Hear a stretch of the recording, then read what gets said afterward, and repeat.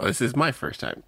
Hooray! Yeah, I can't wait. I can't wait to get to Jmike's reading experience because Nick, while you were working with audio, he mentioned like the order he read it in, and it's fascinating. I can't wait. Did he skip the Captain America issue? No, he started with the Captain America issue.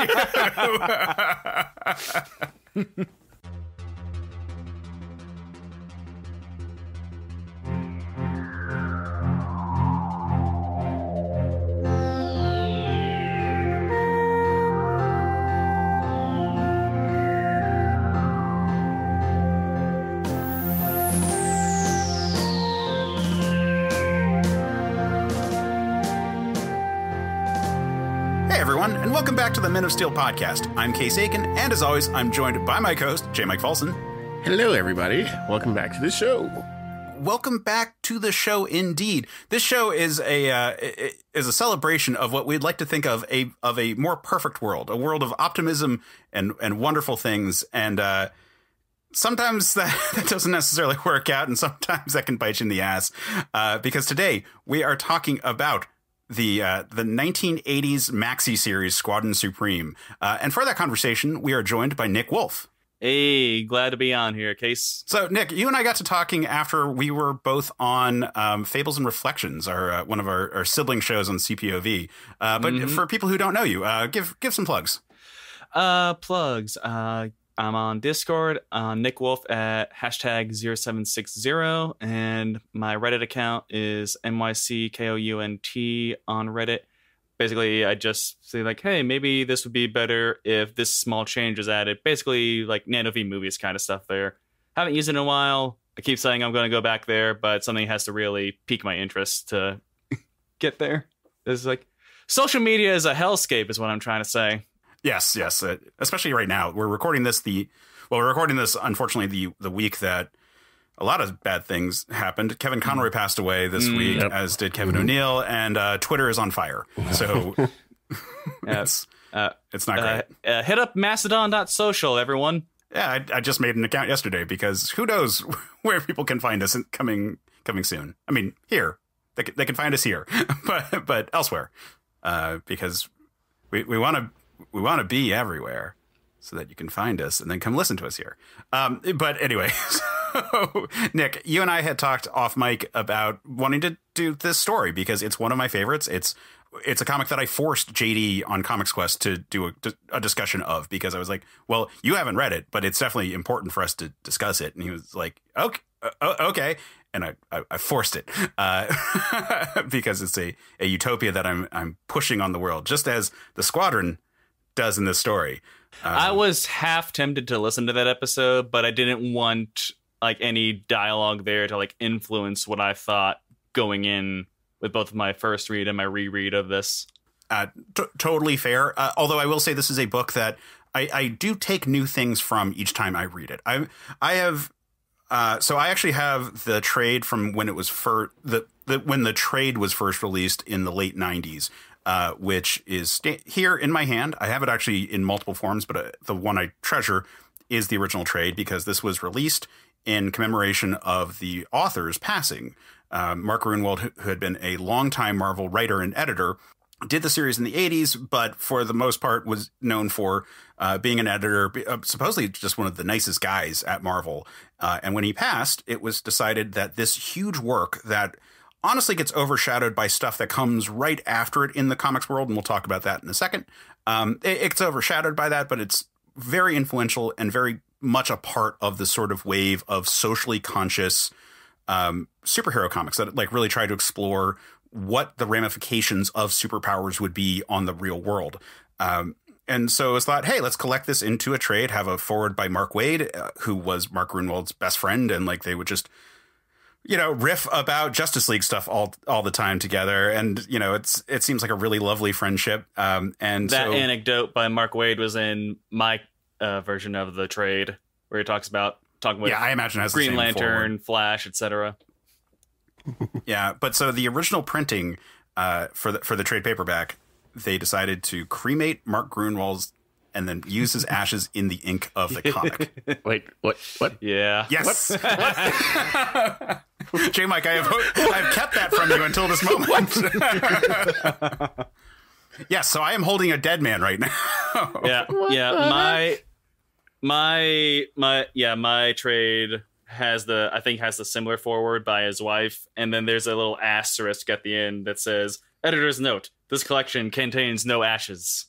Right, yeah. It's and I mean, honestly, like the amount is like such a minuscule like degree. Like, you know, they just like sprinkled his ashes into the big printer's ink. It's like when Kiss donated their blood and mixed it with the red ink at Marvel Comics to make their Kiss comic. Oh God, those books back in the 90s. Yeah, but yeah, no, Jmike, that. I'm sorry. What? This went on a tangent really quickly. There's ashes in that comic, and Kiss put their blood in the red ink of the. And the issue where Kiss became superheroes and fought Mephisto and Doctor Doom.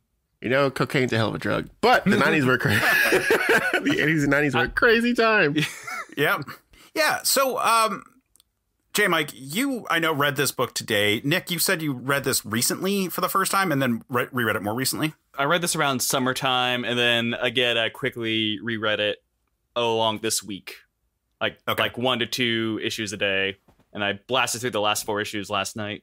Yeah, once things really get going, it's you can steamroll through that pretty quickly.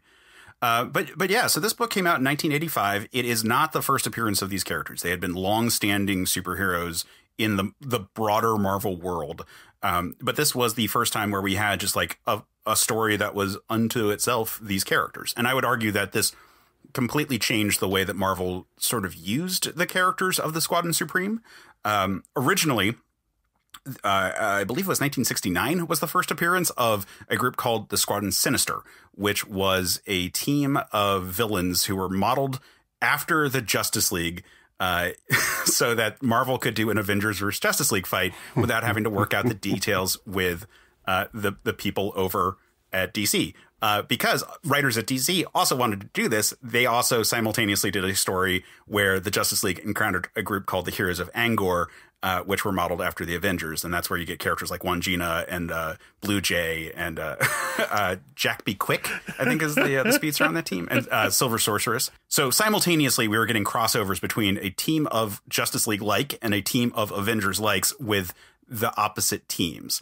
And so originally it was the Grandmaster created these entities, of which one went on to reform and become a hero, and that was Nighthawk, who became then the leader of the Defenders after the initial concept of like the Hulk, Namor, Doctor Strange, and Silver Surfer just like coming together all the time but still hating each other. Finally, like what if the stubborn, arrogant loners made a team? Right, and then it became more of a non-team with more people in it, and so Nighthawk became that character on it.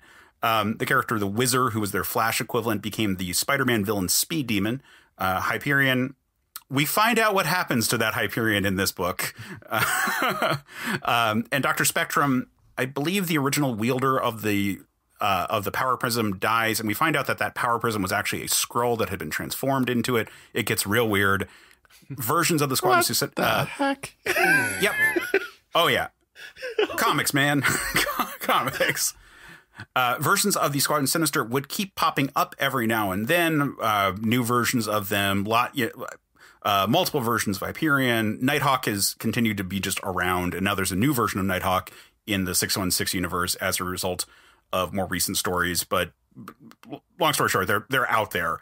And then they had a story where the Avengers went to another reality and found this team, and they're like, oh my God, it's our old enemies, the Squadron Sinister, and got into a fight with them. And then it turned out, oh no, these are actually the superheroes on this world. It's the Squadron Supreme, who the Grandmaster had actually modeled his team after.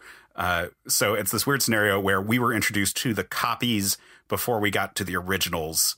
And then for about a decade, this team would just sort of show up from time to time, usually so Marvel could make fun of DC. Like there's some Thor issues where like he and Hyperion team up, and every time Thor goes to like the Squadron Supreme world, it's like if you guys ever watched the movie Turtles Forever, the Teenage Mutant Ninja Turtles animated movie where like the early 2000s team hangs out with like the late 80s, early 90s team of Turtles. And it's just like, man, this is a silly universe that we're going to. Like the whole concept was like, oh, look how goofy the Justice League is. Look how like like unrealistic and like how like overly just like nice their world is, as opposed to the gritty, realistic Marvel universe.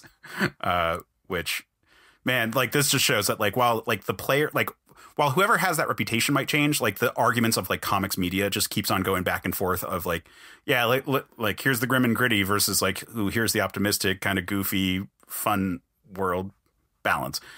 But that was their status quo for about a decade. And then we get to the 80s where Mark Gruenwald gets to do this maxi series. Now, Mark Gruenwald had been signed under contract for Marvel for a really long time. He was editorial for Marvel. So even in addition to writing, he was just doing Marvel stuff. Like he was an editor for Marvel stuff. And so even though he was a giant Justice League fan, to the point where he and Mark Waid had a game where they would just say a number and the other one would have to like rattle off the issue details of that issue of Justice League, which is just like an absurd level of like memorization that I'm just like, wow, I can't fathom doing that. But it's also, there's way more comics now than there used to be. Anyway, he was a huge Justice League fan, loved all this stuff and wanted to do a story where he could really kind of extrapolate the details. And so he's also a nerd in the same vein as like a Roy Thomas type nerd. Like he really loves all of the continuity wonk stuff and loves tying it all together and coming up with fun ways that it could all interact. And so we get this book where lots of stuff is going on. Like we open with the Squadron Supreme had been mind controlled. There had been this whole story that is off screen, as far as I know. I think that like the Overmind is an existing Marvel villain, but I'm pretty sure that the actual story of the Overmind's conquest is not seen by us at any point, because they're just it was just a side character that they were like, oh yeah, remember that supervillain? He came here and he conquered our world, and then they want to be like, all right, well, what are these people with power supposed to do? And that kind of has now become the status quo for the Squadron in every version sense, where they actually try to look at like, all right, well, with this great power in a world of realism of sorts, with limitations on that, like what is going to be the impact of a super being? And that should sound familiar to people who are familiar with the other books that were coming out in the 80s, like Miracle Man or like Watchmen or like Dark Knight Returns. Like there's a whole wave of comics coming out at this time, and this is on the front end of that, that are really trying to deal with like kind of a grown-up take on childish concepts of superheroism and trying to ask the questions of where does the status quo go? So to that end, we have this 12-issue maxi series with then one issue of Captain America that's kind of interjected in the middle of it all, which is a side quest for yes, the middle. And each issue goes month by month. So we're gonna just go through it all because it's a pretty brisk story, even if it is 13 issues that we're talking about. And all right, Jmike, why don't you just tell them the order you read it in, because it's amazing. I don't feel like that's the most important thing here, Case. So Jmike was having technical difficulties and was able to load the Captain America issue first, and was having trouble loading the rest of it. So he read that before he read the rest of the book. I mean, it's still a good story. It's still great. It's just a little confusing because this guy dressed like Batman pops into 616. And Captain America is like, oh, hey, I know you. You're that one guy who's supposed to be dead. And so that then starts the whole backstory of how they know each other and everything. Right. And then, what's his name? We'll get into the story details when we get to that. It's interesting. It's a very interesting book to read from that perspective. I think based on this being a comic of the 80s where there's a lot of exposition throughout, like that issue was supposed to get people caught up and like prompt people to be like, oh, hey, what is this Marvel maxi series that's going on simultaneously? I should go check out that book if you're a regular reader of Captain America, which was being written by Mark Gruenwald at the same time. So I think there are worse books, but you are definitely jumping in the middle of the story. Like, you know a lot of how things are going to go before you get there when you're reading the actual like Squadron Supreme story. I was going to say Superman would have helped. It's the literal midpoint. Yeah. All right. So let's just start with issue 1. So issue 1, we open with what I think is a scene that I took for granted for a long time, which is them trying to save their satellite, which is very clearly supposed to be a nod to the satellite headquarters of the Justice League. Like, this is a Justice League homage that is very much built on like the Bronze Age team. Like, we've got pretty much everyone corresponds to like these like late 70s sort of archetypes. And like I said, it really matches up to what's called the satellite era for the Justice League. Hyperion is trying to hold back the satellite from crashing into the Earth. And I think that panel is a really important thing, because I think that this comic relies on us being like, all right, this is the Justice League, but it's in the Marvel universe still. Like, it's not 616, but it's still Marvel Comics. And Marvel Comics have always had a lower power scale than DC until you get into the big crazy cosmic stuff, in which, you know, like the Silver Surfers and all that. Like, but when we're talking about heroes in the terrestrial form, like, Thor has some really crazy feats, but like, typically speaking, isn't quite cracking the level of Superman. Like, the tiers of how we express everything is not quite as like, yeah, he can move a planet. Like, if Hyperion was the Silver Age Superman, this story probably wouldn't be able to happen. Like, it still requires the characters to have limitations. Like, that's kind of the blood of Marvel Comics. And so to open with Hyperion, you know, very much this world Superman, still unable to stop certain levels of disasters. Like, this satellite headquarters of theirs is still so big and so heavy and has so much momentum, he's not going to be able to do it.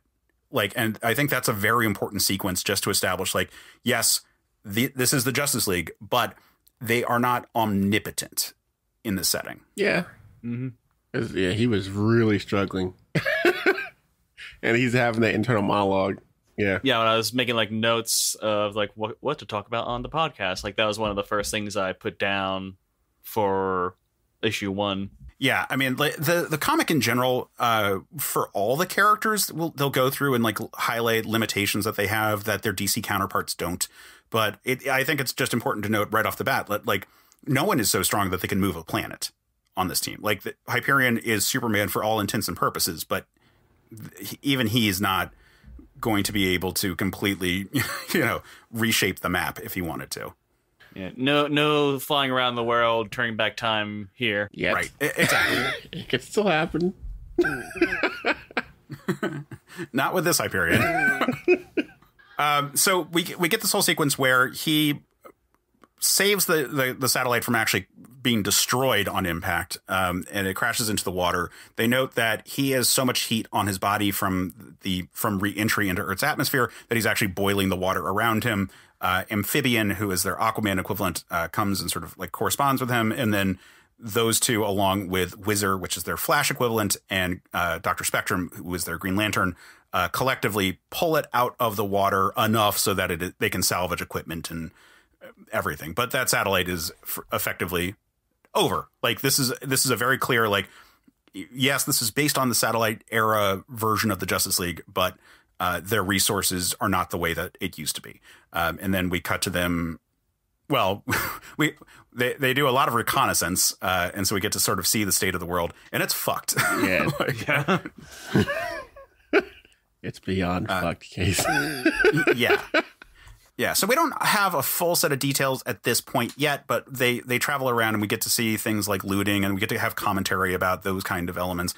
We get to see the regular people just being terrified of them, and we start to sort of establish the personalities of all these types. Like, at this point, Cap and Hawk, although for the rest of the book he's going to be going by Blue Eagle, is very much this sort of like Law and Order type character. Like, you know, they're all very clearly based on their DC analogs. Like, their personalities are like that, but there are subtle differences on it all. You know, we get to see that Nuke, who is sort of a Firestorm XP, like in for the purposes of the book, but more directly, he's just I shoot energy blast kind of guy, is the young hothead in the team, and like literally like will just like snap and like shoot energy blasts at like ordinary civilians when they like shoot at him. So we get to see sort of the range of maturity for some of these characters.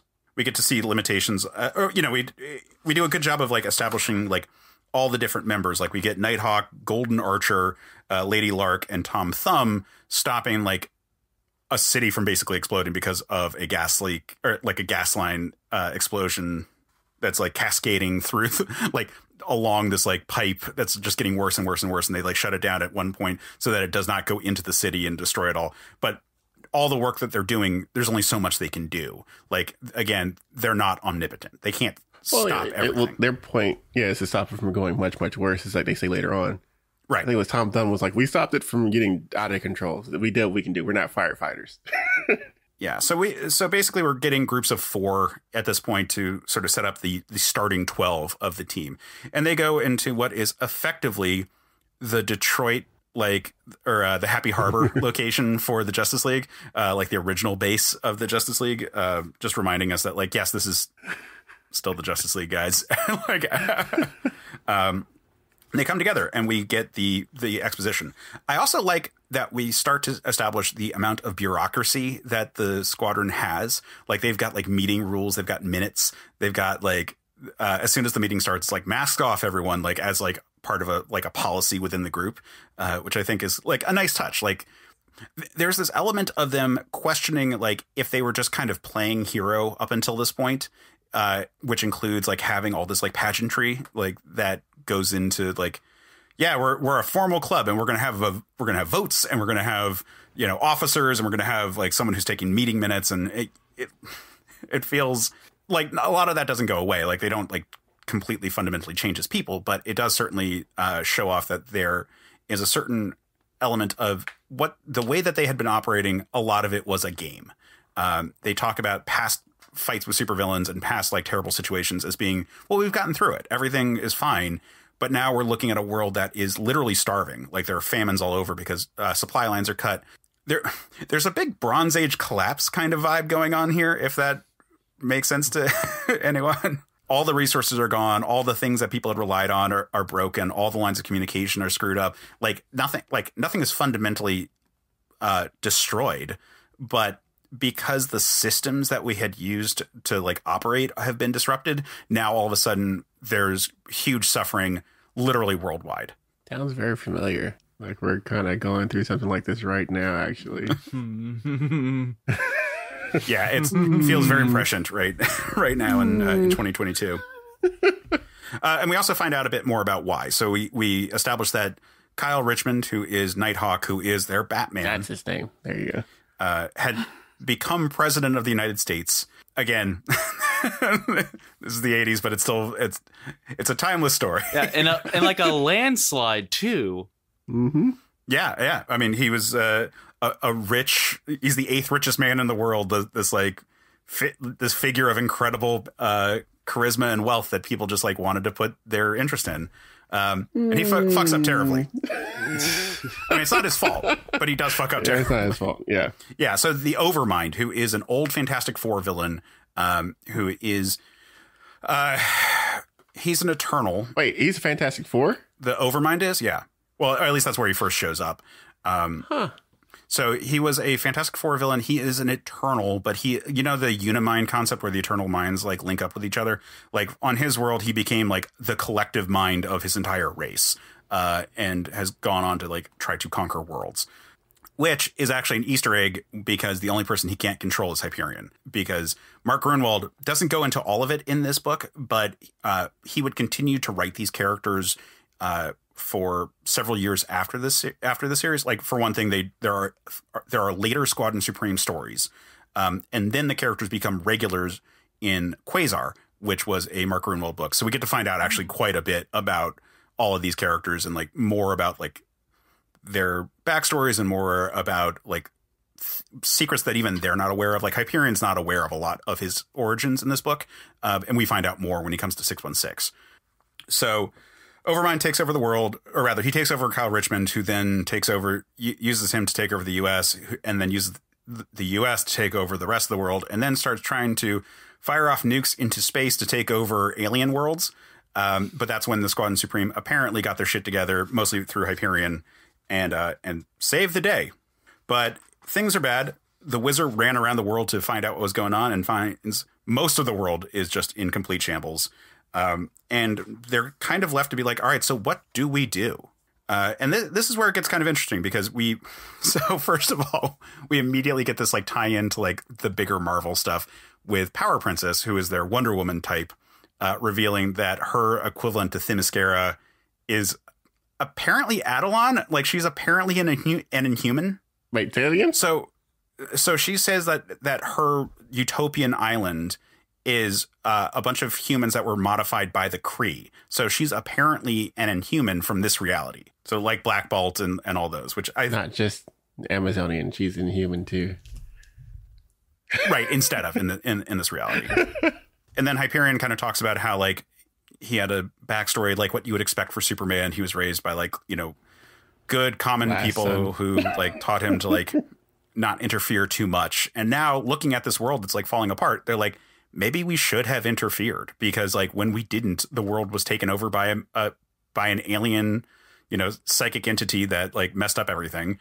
And now the world is in a really bad spot. And maybe we shouldn't just like resume the status quo. Maybe we need to actually step in and really like make it a utopia the way that Zarda, Power Princess, the way her society is from, like really like solve these problems. And so Nighthawk's immediately like, hey guys, that's kind of fucked up, right? we shouldn't do that. That seems like it's going to be a problem if we try to take over the world and make it nice and then just tell everyone like, hey, it's nice now. But they have a vote and everyone votes for Utopia except for Nighthawk and Amphibian. And Amphibian's like, well, I see how this is going. I guess I'm with you guys. And Nighthawk's like, no, no, I'm leaving.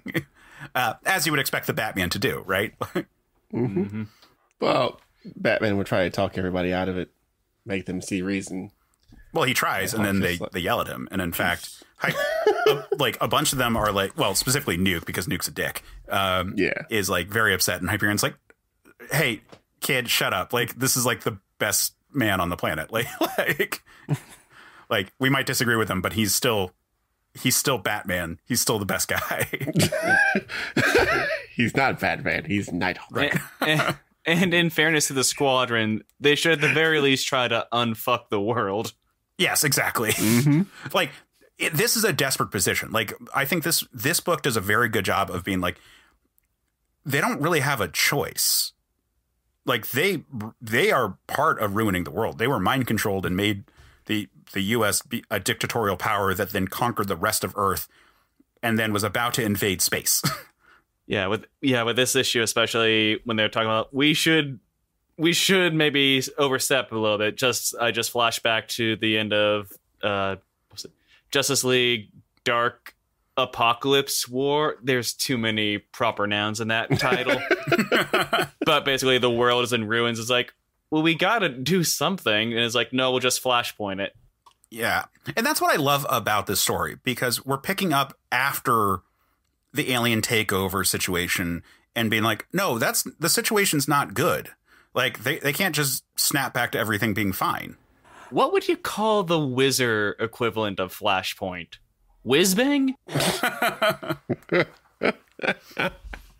Maybe. Yeah, I think so. Yeah, Whizbang sounds pretty good. As good as it's going to be.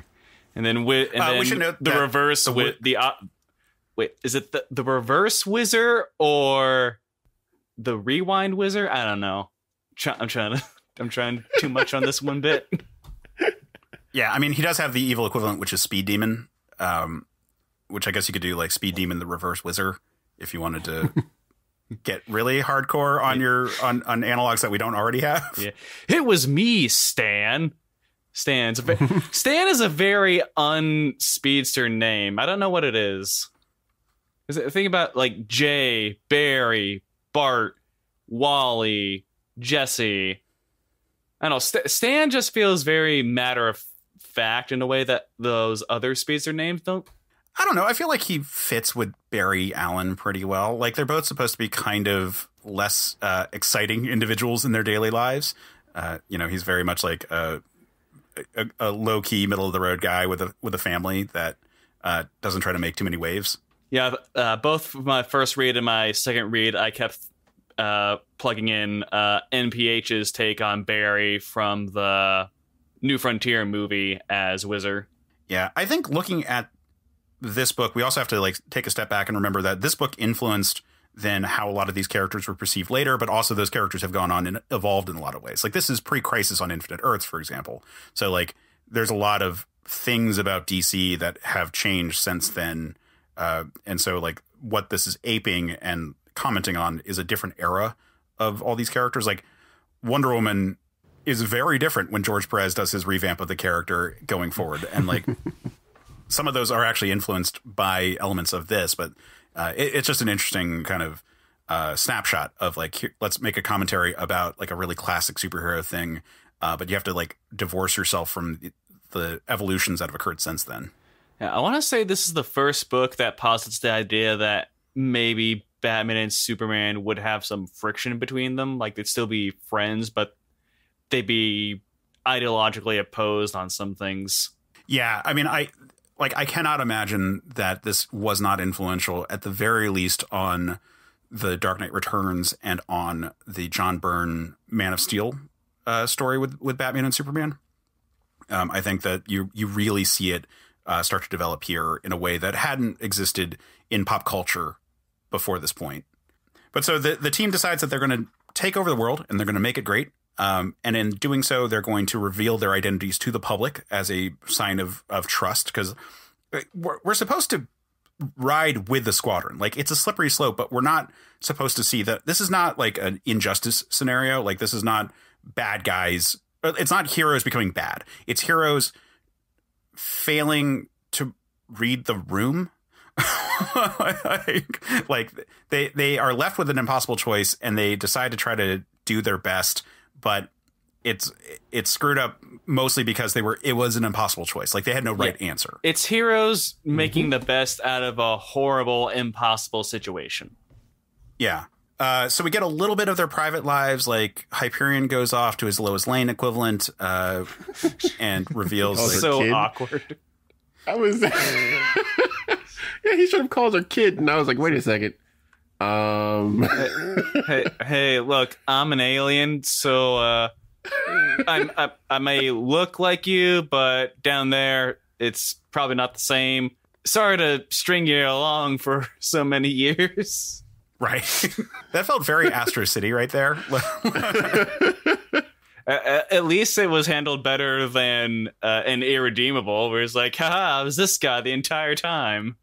And then she just lost it. It's like, you think this is a joke?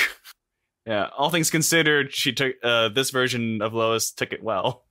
Yeah, which we'll come back to later on how that all played out. But yeah, it's certainly part of the concept that was starting to be discussed, like this take on Superman where he's more alien than human. There is conversation about that in the 70s, so this is not without precedent. But the idea that he couldn't mate with a human is certainly interesting to consider. And like, what is he doing this all for? Like, ultimately, he says that it's about companionship, which I think is plausible. But does that come off as selfish? Maybe. I mean, like the bigger thing is that at least in Hyperion's view of how he existed prior to this moment, and maybe that's not. Maybe he's still under a different type of illusion now, but he saw everything prior to this point as being a game he was kind of playing. Like he was keeping the status quo. He was trying to like fit in. He was trying not to go too far. And now it's that kind of scenario where when you become a teenager and you're like, everything I liked as a kid isn't cool anymore. Like, it's like, man, I was so lame for thinking that was great. Like now he's like, yeah, I don't need to have. I mean, obviously the character's not quite like that. This is my point is that like the Hyperion is now thinking like, all right, I don't need companionship. I just need to make the world perfect. Like, which is its own kind of crazy kind of delusion to be operating under. We established the Wizard with his family, which is like kind of nice to see. We get Dr. Spectrum, who is not in a great setup. Like he's in a trailer park. I love Doc Spectrum's setup. He seems to be making the most of it. It's like, hey, I'm fine. I used to be an astronaut and I live in a trailer park, but I'm fine. I'm still making it with the ladies. I got it good. Cap and Hawk goes to try to talk to his dad, the Golden Age American Eagle, who has apparently died because the U.S. healthcare system sucks. And when the economy collapsed, he couldn't afford his medicine anymore. Still very relevant. Yeah, exactly. Still extremely relevant. Like very prescient. But so he has kind of a post-mortem reconciliation in that regard. Like his dad left a note for him and left a costume, and his mom talked to him a bit about it.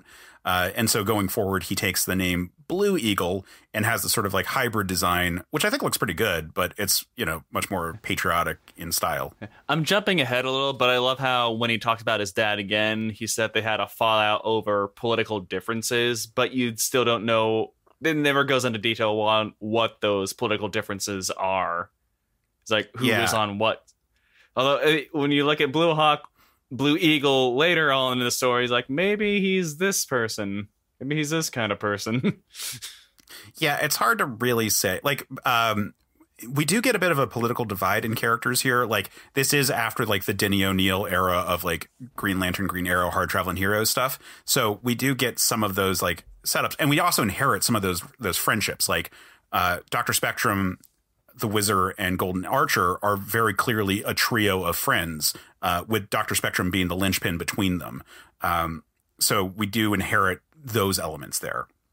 We get to see Power Princess, and that she has her Steve Trevor equivalent, who is now an old man because they've been dating since the 40s. They made it work. Yeah. It's kind of sweet. She calls him Sport. And I was like, aw. We get Amphibian saying, I don't fucking care about the surface world. I just want to hang out with dolphins. And he actually talks to the dolphins. Yep. And I was like, has Aquaman ever done that before? Oh, yeah. Oh, yeah. I don't read his comics. So I don't. And like Aquaman took like pufferfish friends in like the early Silver Age. Yeah, and like the Peter David run, I think he had his origin story has him like living with dolphins for a long time. So yeah, it's water creatures. It's not just fish, and that's why Aquaman's powers never make sense. Golden Archer and Lady Lark, who are our Green Arrow and Black Canary equivalents, go back to they both have apartments in the same building, but they don't live together, which I think is supposed to be like, yeah, they're a couple. We've established that they're a couple. But I think that's the first shade that this is not a relationship that's actually that great. Like there's some kind of messed up things going on with all that. That will eventually become important later. Nuke goes to visit his family, and his parents are very clearly dying of cancer, but they refuse to tell him, and he refuses to tell them that he is a nuclear-powered superhero. Yeah, very Spider-Man Reign situation. Yep.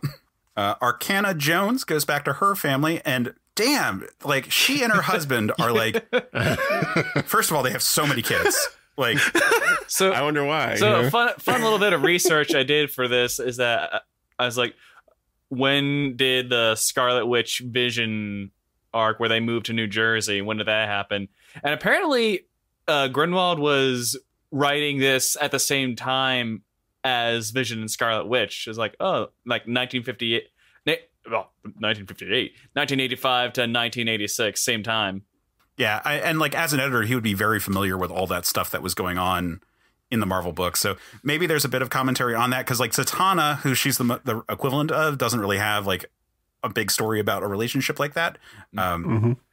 But yeah, they like Wanda's gonna go through a lot of heartbreak, so let me give Arcana all the kids. Yeah, so many kids. More on the way ultimately in the story. And yeah, like talk about some just like just marital bliss right there for those two. Then Tom Thumb, who supposedly he is the equivalent of the Atom for this book. The way they express that is that he is a scientist and that he has dwarfism, which is a choice. Yeah. Later versions of Tom Thumb would actually have shrinking powers, but this one is like pretty, a little person. But he's very important girlfriend. Yeah, exactly. Yeah, so we see him salvage the AI that was on the satellite because that's the love that he cares about. Which I like that eventually we get the acknowledgement that like, oh yeah, the super scientist on our team of superheroes is going to be really important for real projects. Like Tom Thumb, when he's like, hey, could I stop going on patrol with everyone? Like I'm literally like trying to cure cancer here. They're like, yeah, no, don't, totally. Sure. Then we cut over to Kyle Richmond, who is traveling through the tunnel into his mansion. The mansion was established previously, by the way, because it looks just like Avengers Mansion, like as a plot point. I mean, and that's going to say Wayne Manor. Well, it also, I mean, it's supposed to be Wayne Manor, but in an earlier story, when the Avengers accidentally traveled to Earth 712, or 712, which is the Squadron Supreme world, they thought it was their mansion that they were walking into, and that the Squadron Sinister was there. So apparently, it like is an identical looking, like, really nice mansion, because for a time superheroes just hung out at mansions. But when he walks out from behind the grandfather clock, you're like, oh yeah, no, this is just Batman. Like, wow, you weren't lying about those comparisons to those heroes. Yeah, so we find out that there is a barbed wire fence around the building, because even though the world is in shambles, there is just a mass of protesters outside talking about how Kyle Richmond is a traitor, that he's terrible. And so he contacts his aides at the White House and is like, I'm going to give a speech, but first I'm going to change into my classic costume because that makes me feel better. Because he was wearing a different when we meet him in this comic. Yeah, when we first see him, he's wearing a costume that's kind of based on the 616 version of Nighthawk. It's different, but it has more design similarities than the one that we see later. And all of these are not the costumes that he wore in his previous appearances. This is a new one, but it looks more like a traditional Batman suit with black and blue, or with black, gray, and blue. It kind of put me in the mind of Speeding Bullets a little bit. I think most of that would just be like the sort of arched wing kind of design, and the fact that it's Batman. At first I was like, huh, well, yeah. So real quick, when reading Nighthawk, did Kevin Conroy's voice pop in whenever you read him? I was deliberately trying actually this time because he just passed away, and like I was like trying to see like how well would Conroy's voice work for it, and his like season 1 and 2 Bruce Wayne, where it's like a softer voice versus his Batman voice, worked really well. Yeah, it's been a while since I saw season 1 and 2. I know I really tried doing it like the yesterday when he did pass away, but both for my reread and my first read, I just defaulted to Diedrich Bader because it fits that whole 80s dramatic exclamation style of writing better. Yeah, I was deliberately trying to do Tim Daly and Kevin Conroy for especially this scene where like Hyperion knocks on the window and comes in. Mm-hmm. Yeah, to mixed results. Like it's also a comic I've read so much that I don't even necessarily have a voice for these characters so much as just like I know what they're saying. If that makes any sense. I try to do Susan Eisberg, Wonder Woman. Power Susan Eisenberg. Yeah, like I said, I did Neil Patrick Harris for Whizzer. What's his name? Nathan. What's his name? Fillion. Nathan Fillion for Doc Spectrum, et cetera, et cetera. Yeah, that one works. He wasn't the Atom, but every time I read Tom Thumb, he looked so grizzled that I just pictured Brian Doyle Murray. It works. Yeah. Yeah, so Hyperion knocks on the window, and we get a little bit more of a one-on-one conversation with him. We're kind of reminded that like they've got the same kind of relationship that Batman and Superman traditionally have, and they sort of agree to do a joint presentation. And at which point Hyperion flies off after like clearly not being satisfied that he can't get through to his friend. And Nighthawk then goes off into the basement to make a bullet out of their equivalent of kryptonite. Argonite? Yep. I was like, oh my gosh, these similarities. Viewing himself as a new Abraham Lincoln, emancipating the world from the tyranny of the Squadron Supreme. And then literally a day later, it was like, wait a minute, this isn't a Lincoln thing. This is a John Wilkes Booth thing. Right. I'm doing a John Wilkes Booth. Oh no.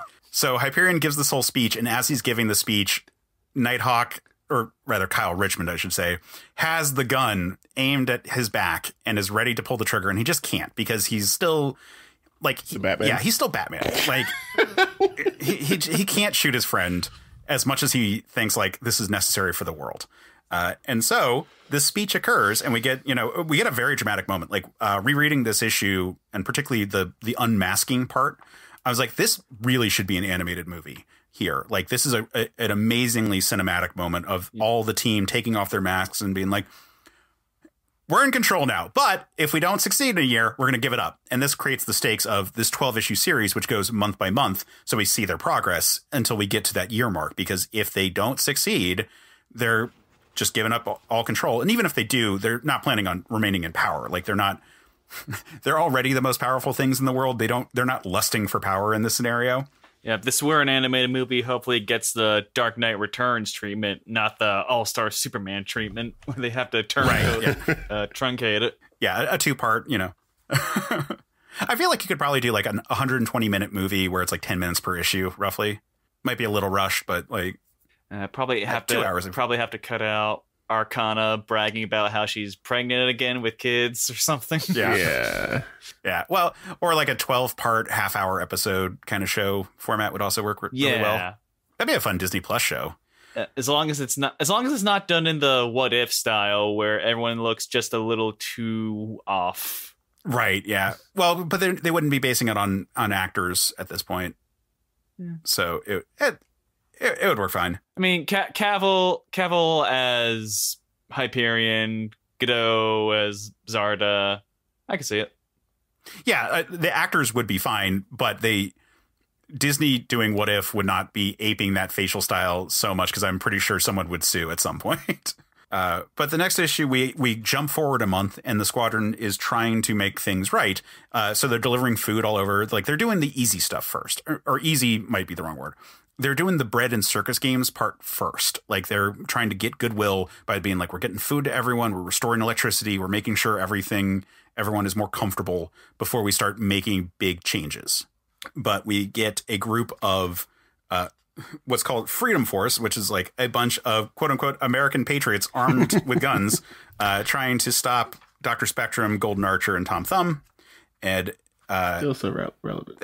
They don't succeed because there are a bunch of people with guns up against what is equivalent of Green Lantern. Like, that's just not going to work. We find out Tom that Thumb gets the shaft here. Yeah, well, yeah. But this is also them kind of realizing that, like, he's not a combat guy. Why was he ever going out into fights? He never should have been doing that. Doesn't make any sense. He should be trying to do bigger things. Like what Nuke presents him. Well, yeah. Oh, that was not an intended pun there. It's better handling here than some language this book used in the 80s. Yeah. But anyway, so Nuke goes to visit his parents, and they confirm that it's radiation poisoning that has given them cancer, because Nuke is a radioactive superhero and he has never told them. The Squadron gets a visit from the Scarlet Centurion, who is this reality's version of Kang the Conqueror. Okay, that makes sense. Yeah. I was thinking more of like Mongrel, but I was like, no, Kang fits better. That's much better. No, I mean, like, there's equivalent type of characters in the DCU, but like, he's explicitly like Nathaniel Richards, like the version of Kang the Conqueror from that reality. Yeah, we also get to see Hyperion really lose it. Well, not really lose it, but the cracks are starting to form. It's like, dude, we literally just went through a whole catastrophe. We're trying to rebuild. If you try and mess it up, I swear to God, I'm gonna fucking kill you. Yep. And he's like, yeah, okay, you just... Centurion's like, how about I come back later? Yeah. Centurion's like, well, you ruined it. You took all the fun out of Conquest. All right, fine. Let's see if I care. Yeah, and I think this was important to set up that, like, oh yeah, all the old, like, oh, this is all a game. I'm gonna invade with my armies from the future. Ha ha ha. Kind of those tropes aren't the important things of this story. Like, that, again, there's a lot of pageantry of the older style of superheroes and supervillains, and this is being like, oh, but you've taken the fun out of it. If we're going to be playing serious, like, if you're going to threaten to come through time and murder me, like, that's no fun. I don't want to do that with you, man. It's also important to remember that while Hyperion is objectively a really good guy, like, he's charming and inspiring and, like, trying to do his best and, like, a wonderful being, he can't lift Thor's hammer. Wait, how do you know that? Because he has failed several times. Huh. Both before this and after. Like, he's just not... Like, that's just... he's trying his best, but he's just not quite there. And the one time Superman could lift Thor's hammer, only for a few minutes. Yeah, it was like a clause to allow him to do so. Wonder Woman, however, casually can lift it. But I don't think we ever established... Yeah, in DC versus Marvel, if you recall. she was able to lift it easily and relinquished it so she could fight Storm fairly. Because, again, she's worthy to lift the hammer. Obviously, she would do it that way. Yeah, not to be confused with JLA/Avengers. Yeah. So after the whole Squadron, or after the whole Scarlet Centurion blow up, the team retires for the evening, and we set up a running theme, which is that they have poker nights, and particularly Dr. Spectrum is like all about like playing card games with his friends. So Nuke comes through and talks to Tom Thumb and explains that his parents are dying of cancer, and this is going to start then the next like big plot that runs through this all, where like now Tom Thumb, having confirmed that Nuke has all this radioactive energy that's like coming off of him more so than when he first joined the team, he's actually 50% stronger than he used to be, that he's going to try to cure cancer. And they're keeping it on the down low from the rest of the team for reasons that I don't understand. Yeah, I didn't get that part. Why not just open it up to everybody? Well, I think it's because Tom is feeling inadequate after the whole being put out on the field when he really shouldn't have been, and he's trying to prove his worth. I was like, Tom Thumb keeps a lot of secrets he shouldn't in this story. Yeah, a lot. Most of the problems honestly come from him playing stuff too close to the vest, pretty much across the board. It's like this insecurity is like, I'm the smartest person in the world. I should be able to figure out my own issues without help. But so the squadron goes off to, do some more aid stuff. I like Lady Lark using her sonic scream powers to basically act as a megaphone.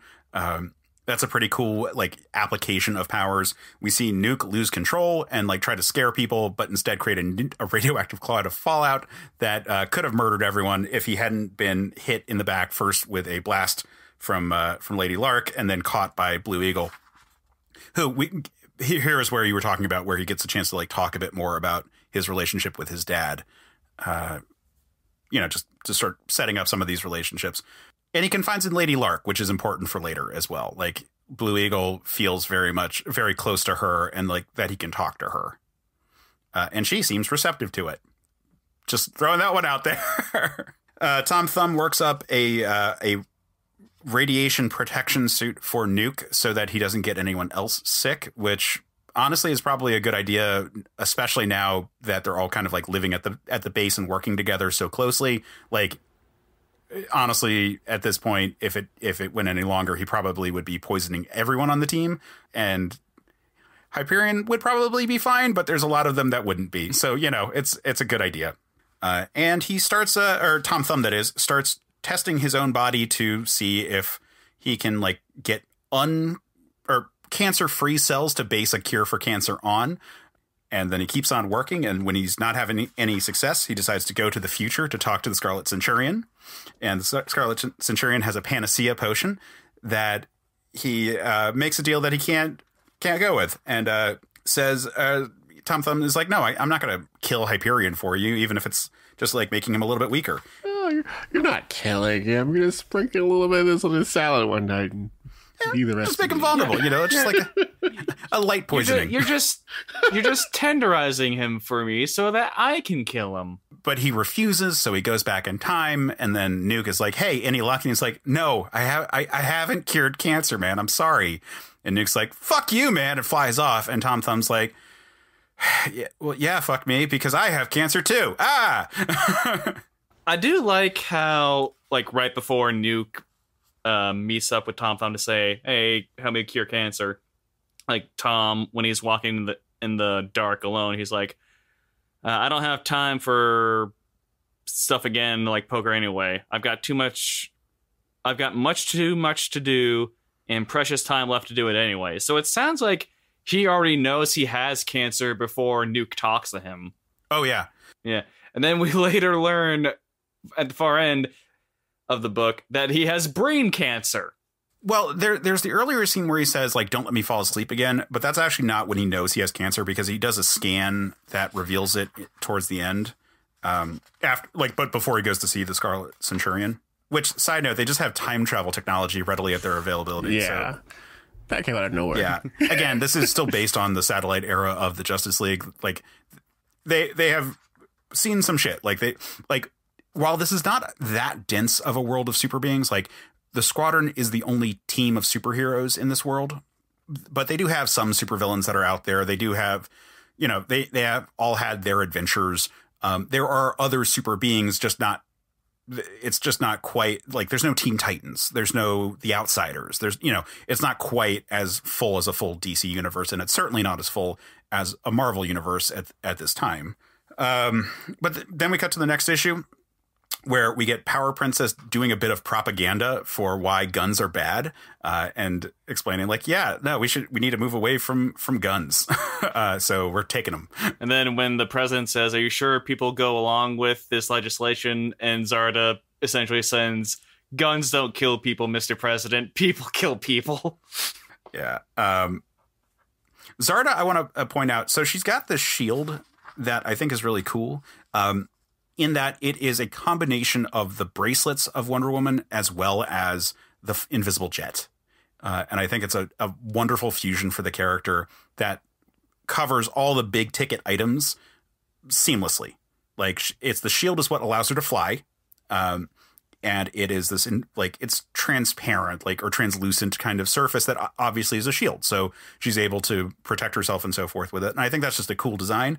And for the rest of this book, she is wearing this sort of purple tunic kind of design, which looks more classically Wonder Woman, but is also not particularly armored. Her earlier costume had more armor components to it. It had a very Kree-like helmet, and later costumes will be more armored for reasons we'll get to.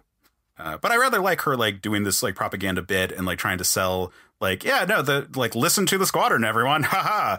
And of course, she's the World War II veteran in this group. So she's the one who's yeah, I can do newsreel style propaganda pieces. That's fine. Dr. Spectrum decides to tease her by cutting off the strap of her suit and revealing her to everyone there. Which is funny though, because they make a point of her being the female form is beautiful and I shouldn't have to cover it up, but your society dictates that I do. It's a real weird line that they're walking here because they're following the comics code, but also I don't know, it just, the scene wouldn't have happened at any other time. Yeah, looking at the issue, I just want to say real quick that I love Doc Spectrum's costume as well, because he's kind of got a Simon Says going with the blue top, yellow and red arms, and the bottom, the rest of it is green with a purple cape. It's very Golden Age Green Lantern. Is that this should all be garish, but it all kind of comes together in a way that, yeah, this looks like a superhero. Yeah, I really love that his prism creates constructs of just every different color. In this book, and up until this point, it's always one color, but it changes each time he uses it.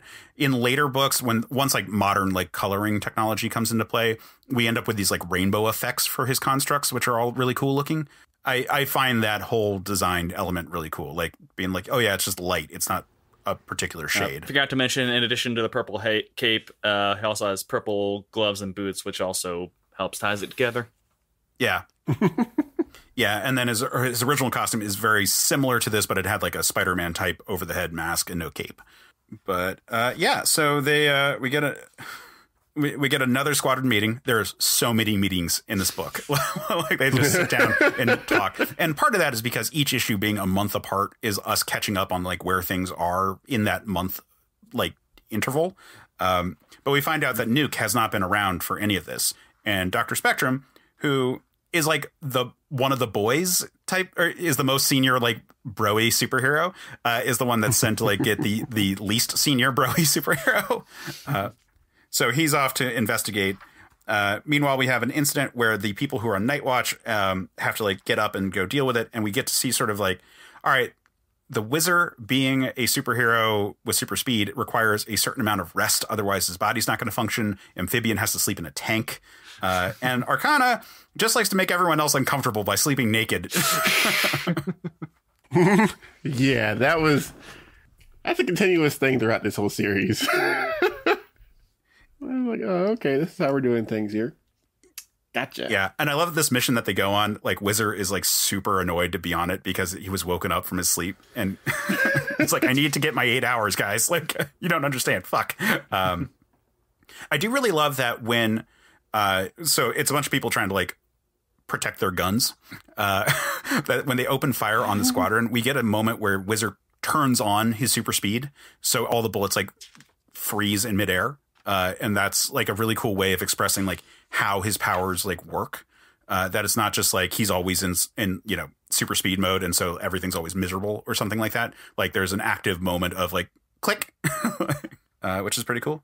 Anyway, so Nuke is at this point now like at the cemetery with his parents. Dr. Spectrum has found Nuke's brother and like they go off to find Nuke. And Nuke is very upset. And so he's lashing out. He starts blowing up the ground around him. And Dr. Spectrum assures Nuke's brother that he's going to get him and that it's going to be okay. And he pursues the guy and tries to initially catch him in a bubble, and Nuke just blows right through it. And Dr. Spectrum's like amazed at how powerful Nuke is now. And this weird little fight ensues between them where Nuke is now clearly stronger from a like raw damage perspective than Dr. Spectrum. So Spectrum goes from being a blaster to being a controller, if we're going to use D&D parlance, and tries to first like wrap him up. But Nuke is now just like shooting blasts in all directions. So instead he puts him inside a bubble that he keeps reinforcing. And this is one of those moments where we're like, oh, there are limitations to how their powers work. Because Dr. Spectrum creates bubbles, but he's not a Green Lantern. He's not creating atmospheres when he creates those bubbles. So normally, and actually we get notes where there's like either breathing holes or like when he's flying really fast, he creates a helmet over his head, using his energy fields. So in this case, Nuke burns up all the air inside the bubble that he's in and dies because he suffocates. And Spectrum tries to do CPR, but it's not successful. Nuke dies in this when he was just trying to be restrained, which again, very fucking prescient. Like this feels like all of these like chokehold situations with cops. Yep. But this is a big one for Dr. Spectrum specifically. Like, so he had been this like, he actually feels guilty. Right. Yeah. This is real character growth. Like he's supposed to be a Hal Jordan type. And in this scenario, he is devastated by what he does here. And so for the rest of the book, until we get to the end, he completely swears off any kind of violence. Like he wasn't trying to hurt this guy. Like this wasn't even like he hit him too hard and he died. He put him in a bubble and and Nuke killed himself by way of burning up the air. But he couldn't do anything about it because they were in a fight where he was irradiating the countryside. So Spectrum for the rest of this book is then doesn't feel comfortable doing any kind of fight, is like massively restrained. Anytime they do anything, he really fucks him up. And considering that he is arguably the second most powerful member of the squadron, that is going to affect the power balance of the team. Nuke's brother takes his death very well, all things considered. Yeah, I was not expecting that. Yeah, he also just lost his parents too. The kid is definitely going to need some therapy. Like he has gone through quite a bit of trauma just now. He's like, yeah, I get my brother probably wasn't the best hero. And you're like, oh, kid, no, it's not like that. Yeah, it's rough. And like, I think the fact that he's taking it the way I feel like Spectrum would have had an easier time if the brother was angrier or something like that. Like the fact that he like kind of is taking it in stride sort of contributes to the guilt that Spectrum is feeling about it all. There are some strong endings with these individual issues. Like issue 2, we had Tom Thumb saying that he has cancer. And then the last panel of this issue is Nuke's brother Scotty and Doc Spectrum like in silhouette, just talking about how I hope I can forgive myself and you can forgive me. Like it's very strong imagery. Yeah. Yeah. A lot of good character work. You know, again, a lot of this is not about the big bombastic scenes. It's about the downtime between stuff. Like this is between supervillain conquest of the world and then giant galactic threat. Like this is the story that happens, you know, within the cracks of those pages. So the next issue picks up with them, you know, confiscating more firearms from throughout the country. And we get to see some cool set pieces with all the characters. And we get to note that Hyperion doesn't really participate in direct violence that often because he's so strong that he might hurt someone. So he's usually like, I'm going to take out a building. Meanwhile, Amphibian and Zarda are established to be strong enough to like flip tanks over, but not quite in the Hyperion class.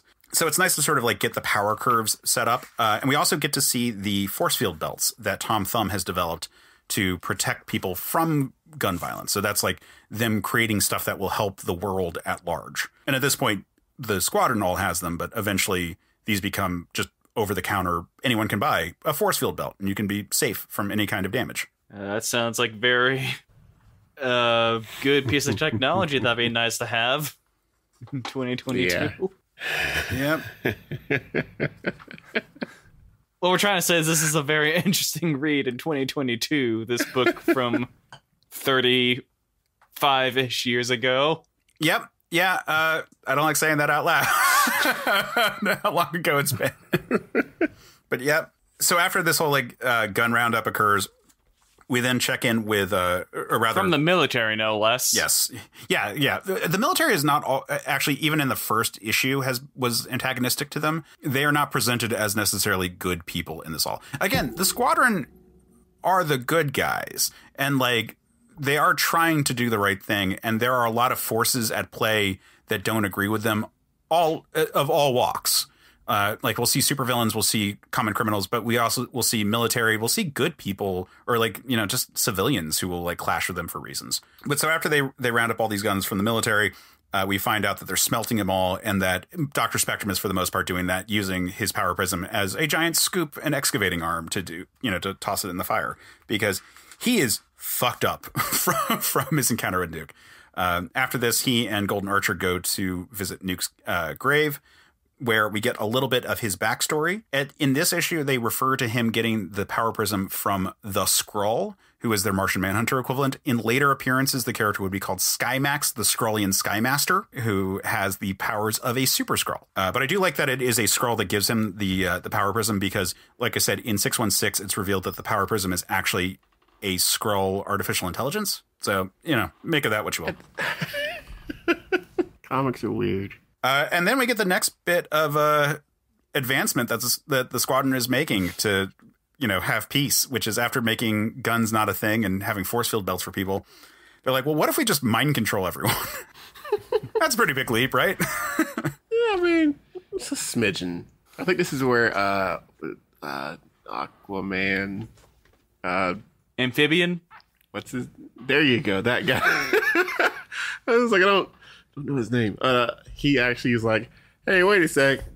This might be a step too far, guys. I don't know if I signed up for this. Yeah. And I think it was him and someone else that spoke up too. Arcana, yeah. Even Doc Spec. They get outvoted. Yeah, at least it's not just an amphibian who's like, maybe this is wrong. No, there's at least a few more people who's like, yeah, we gotta tread carefully with how we use this. I mean, again, this issue has so many meetings. This is a 2-page spread of them looking at spreadsheets and discussing schematics for things. They're all bickering about how best to use it. They're being well, maybe we make it voluntary for criminals. Maybe we, what sort of process for it all. And again, this is them trying to take anything that they can come up with and do it in a way that's ethical as far as they can understand it to be. So criminals who are in prison are released if they if they voluntarily go through behavior modding. On paper, that's fine, or at least but if it is a completely voluntary process, you can understand how you could see that as being okay, because then they can stop dealing with the shit. But we see that there's a lot of ramifications from that, and also, again, it's just another one of those hey guys, what the fuck? Should we be okay with this? And this issue immediately deals with why they should not be okay with this, because right after this, Golden Archer, having almost died and being saved just barely by the Wizard. The Wizard steps in when Golden Archer is about to be shot at point blank range during that whole opening encounter, and the Wizard catches all the bullets and takes the gun away from the guy who was shooting at Archer. So he's like, I need to tell Lady Lark, hey, let's make this official. Let's get married. And she's not really into it, actually. At first, she kind of puts it off at first, and they're all mostly excited about it, or rather, he takes it as being yay, she's into it, but she's like, I have to think about it. Let me get back to you on this. Never. And she ends up confiding in Arcana, who is not wearing clothes again. Oh, side note, in that meeting where they're talking about the behavior modding, there's a panel where she bends over in front of Amphibian, and if no dialogue, it looks like he's just staring right at her ass. Because Arcana is just a tease at all points throughout this book, which is so weird because, again, she's pregnant for most of the series. Yes. Yeah, and this is actually where we find out she's pregnant. Like, she just finds out, which matches up because it's about 3 months after the first issue, wherein she clearly had sex with her husband in that scene where it's like, we better enjoy ourselves tonight as much as we can because you've got to go back to work tomorrow. But baby number 7. You got to go higher, man, because it is actually baby number 5, which means that you're not going, like, when you're trying to be exaggerating it all, like hyperbolic, you're not being hyperbolic enough. Also, apparently, witches are Catholic. Just gonna say. Anyway, so Lady Lark, after talking to Arcana about it, and not able to talk to Blue Eagle about it because he's hanging out with Dr. Spectrum and Whizzer, and there's no way for her to, like, pull him aside without them being like, hey, we should probably mention to Golden Archer that they went off to have a weird conversation. Anyway, so she tells Golden Archer that she does not want to actually get married, that, like, the relationship was good, but again, that was all the before life, the before everything went bad, and this new phase of their life that's so different. And Archer's pissed off. Spectrum kind of talks him down from making a big scene, and instead Archer decides to ask Tom Thumb how to use the behavioral modification machine. And Tom Thumb, who has been so ignored so much, is just like, golly gee, let me tell you how it works. And so he knocks out Lady Lark in her sleep, or he like puts ether over Lady Lark when she's like sleeping so he can take her away, and then behavior modifies her recklessly in such a way that is so fucked up because he's like, you love me, you love me, you love me more than anything else, you love me. And next day she's like, I've rethought about it, let's get married. And immediately you're like, this. So for one thing, he just totally violated his former girlfriend and teammate and human being. Like, this is like, immediately we're like, oh yeah, the behavior modifying thing was stupid.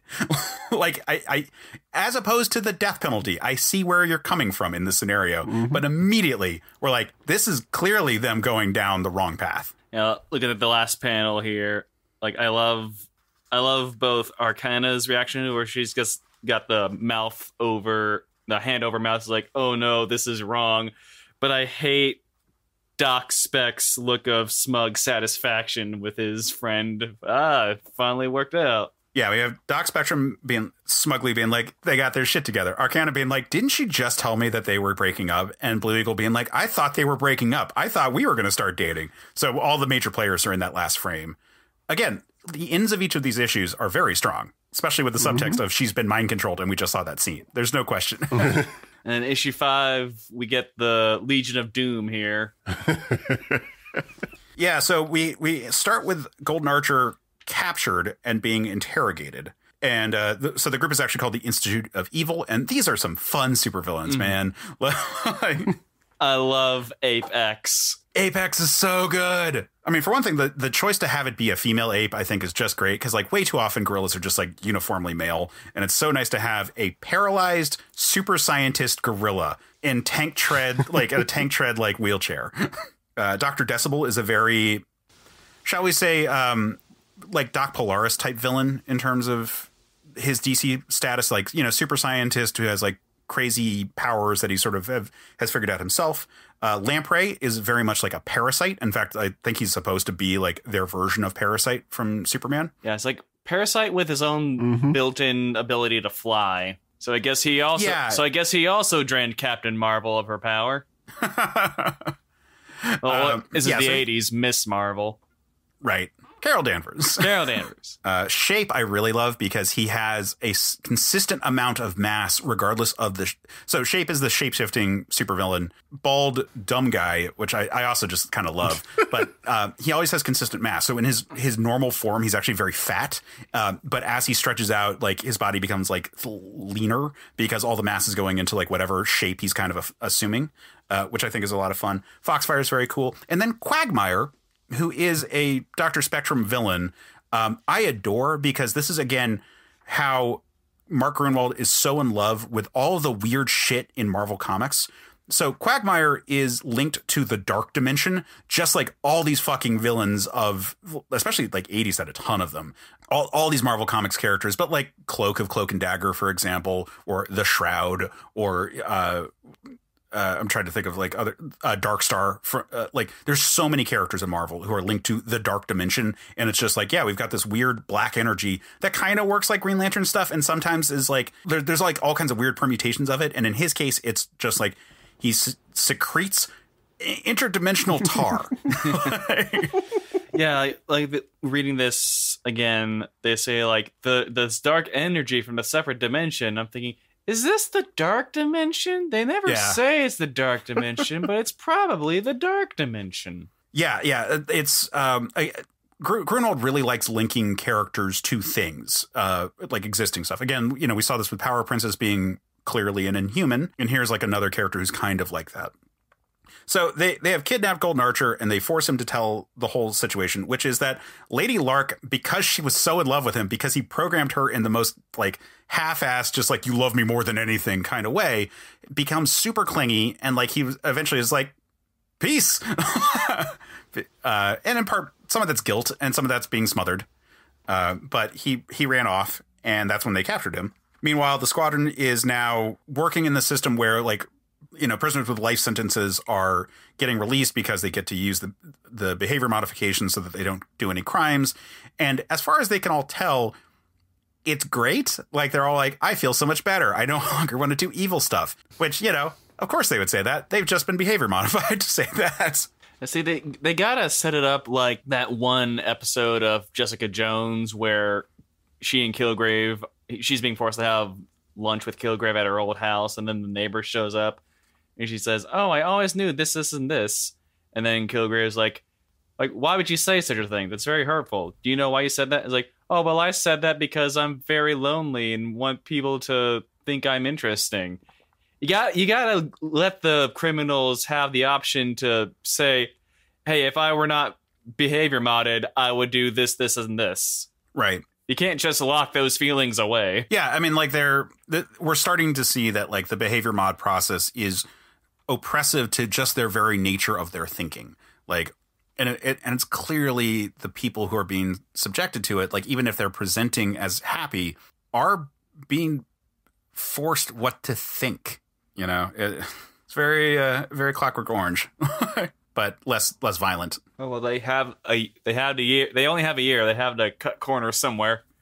That's true, and that's why they like go for all these things. Like they very much have this like tech company concept of like break things quickly to like try to make it all work as fast as they can, because I mean, admittedly, they're coming from the starting point of the world is in shambles, famine is everywhere. We're about to re-enter a dark age with all writing and technology lost if we don't move quickly, kind of thing. So they do their best. I don't know if either of you watch Jenny Nicholson. She's a YouTuber who sometimes talks about books and amusement parks. She did a 3.5 hour video on this something called like Evermore, where it's supposed to be like, oh, LARPing amusement park, and it's like it's gonna be having this, and this, or blue skying the whole of the way, and it just was a disaster. That's what the Utopia program is for the Squadron in this book.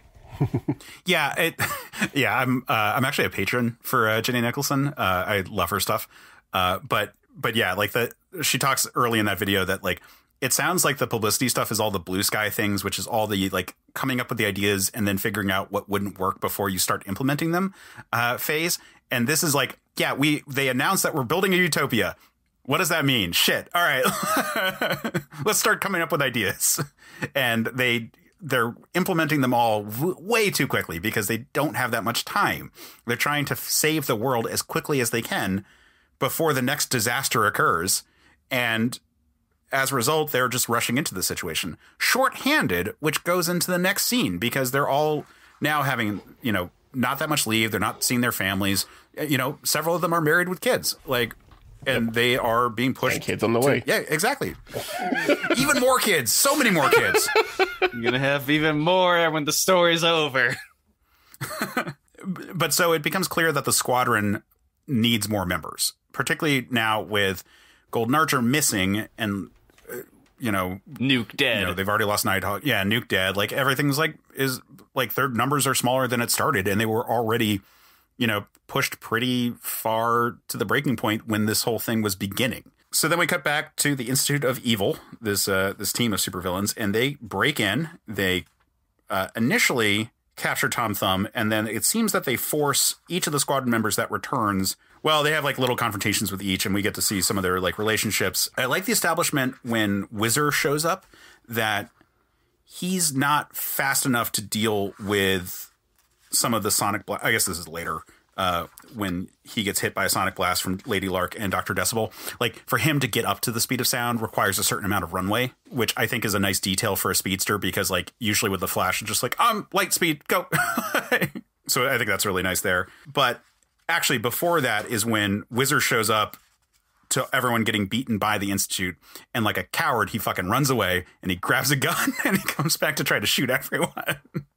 And that's not particularly successful because they a lot of them are invulnerable and protected, and the Institute has all of the squadron members' families as prisoners, so they have to like kind of play ball and go along with being behavior modded. Except once they're all quote unquote behavior modded, they all are like, now, because the machines have been programmed so that it does not work on a member of the Squadron Supreme. That is a new thing.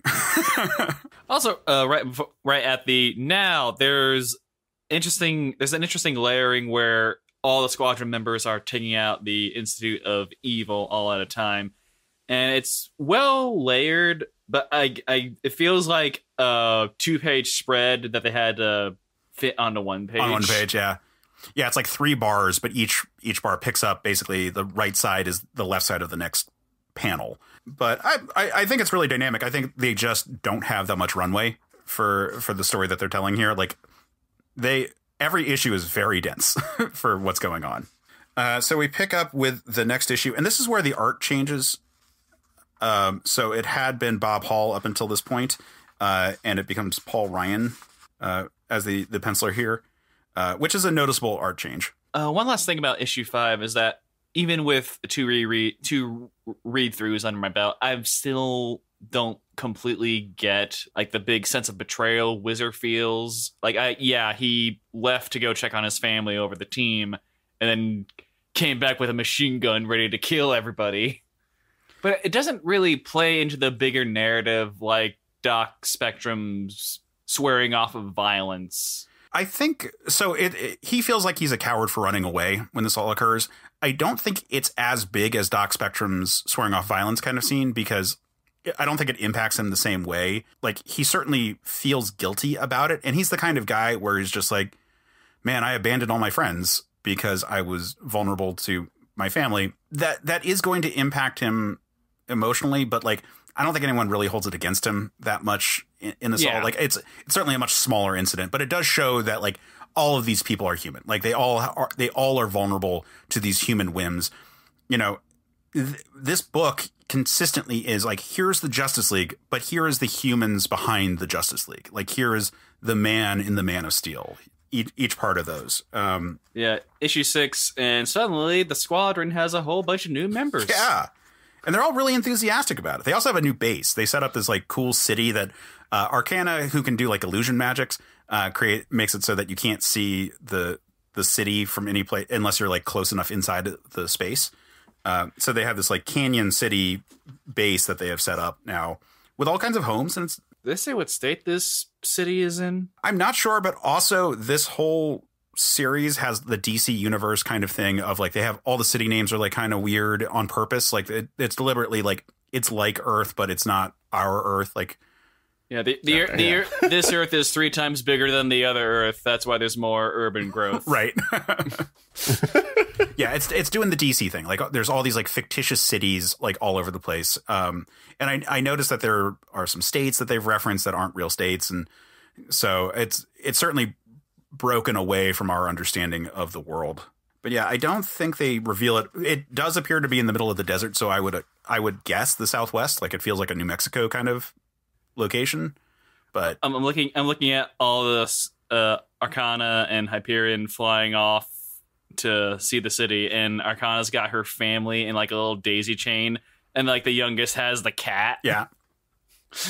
Just noticed that. The cat, who is her familiar, by the way. So But we check in with all the different, the Institute members who are now all parts of the Squadron. Apex is the first one that we really check in with, and she's like really enthusiastic to be building cool robot stuff. And she and Tom Thumb are starting to become friends. Like at first he's like, she's going to take all the credit for making a better version of my force field belt. And she's like, it's based on his awesome stuff. I just like miniaturize some of the stuff. And I really like their friendship / like love story. Yeah. Oh, this is really sweet, yet kind of horrifying. Yeah, their stuff is kind of cool. I dig it all. Then we check in with Remnant. Yeah. Quagmire. Issue 6 is very much the high point for the squad. It's like, hey, our big team of villains we managed to get on our side, and now we're finally really making strides to improving both the stability of our team and the world. Because now all the families live together, and that's a big load off those who have families, their minds. All living together on the superhero commune.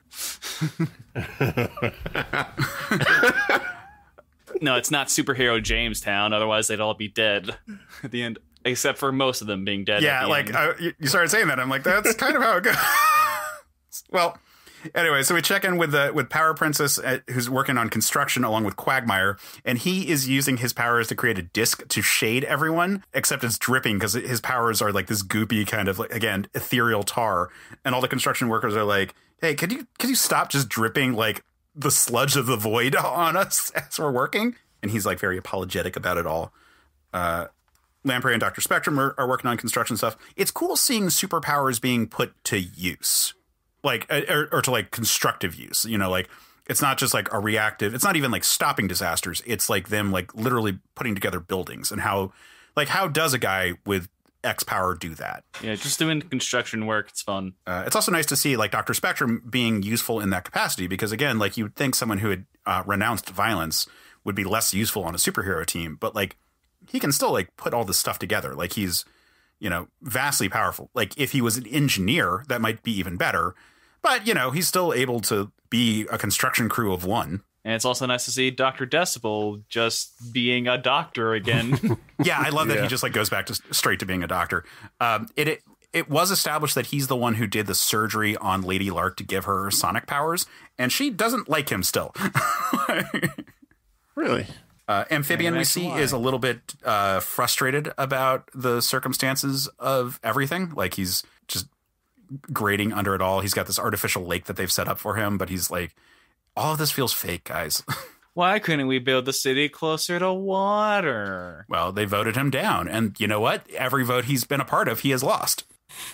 Foxfire is doing this some is democracy, Amphibian, and it works. Yeah, but I mean, you do get it, and like to his credit, like we're at this point. Like every issue has had a vote of some kind, and every single time he's been on the side that's lost, and every single time he's been reasonable. But he's getting more and more frustrated, and you understand why. Foxfire is doing like clerical work, like she's like checking in manifests and stuff, and it's like kind of she honestly goes through sort of the biggest like redemption arc from being an evil character at her initial appearance, and so like this is an early phase of that, but it's like kind of nice to see. Someone who kind of is set up as being like a person who turned to crime because she had no other out. Once actually given a chance, is like actually really like growing in that space. So that's kind of cool. Yeah, a few of them feel like they just turned to crime because they had no other out. Like Foxfire, Shape, maybe Apex. Yeah, and even the ones that didn't, like Dr. Decibel, like there's a point where he's like thinking to himself, being like, yeah, shouldn't let your mind wander too much. And you're like, yeah, oh, you had like some weird intrusive thoughts that were just like driving you mad. Yeah, issue 10 is like, don't start thinking this is bored again. That's what got you in the villainy. Right. So we get to see Lady Lark like fawning all over Golden Archer, and he's like, no, go away. And she's like, oh, but I just want to love him. Like, why can't he just let me love him? And she rejects Blue Eagle when he tries to like come and talk to her, and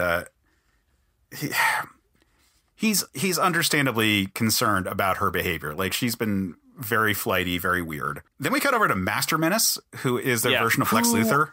I thought it was supposed to be Doctor Doom. Yeah, he looked like Doctor Doom to me.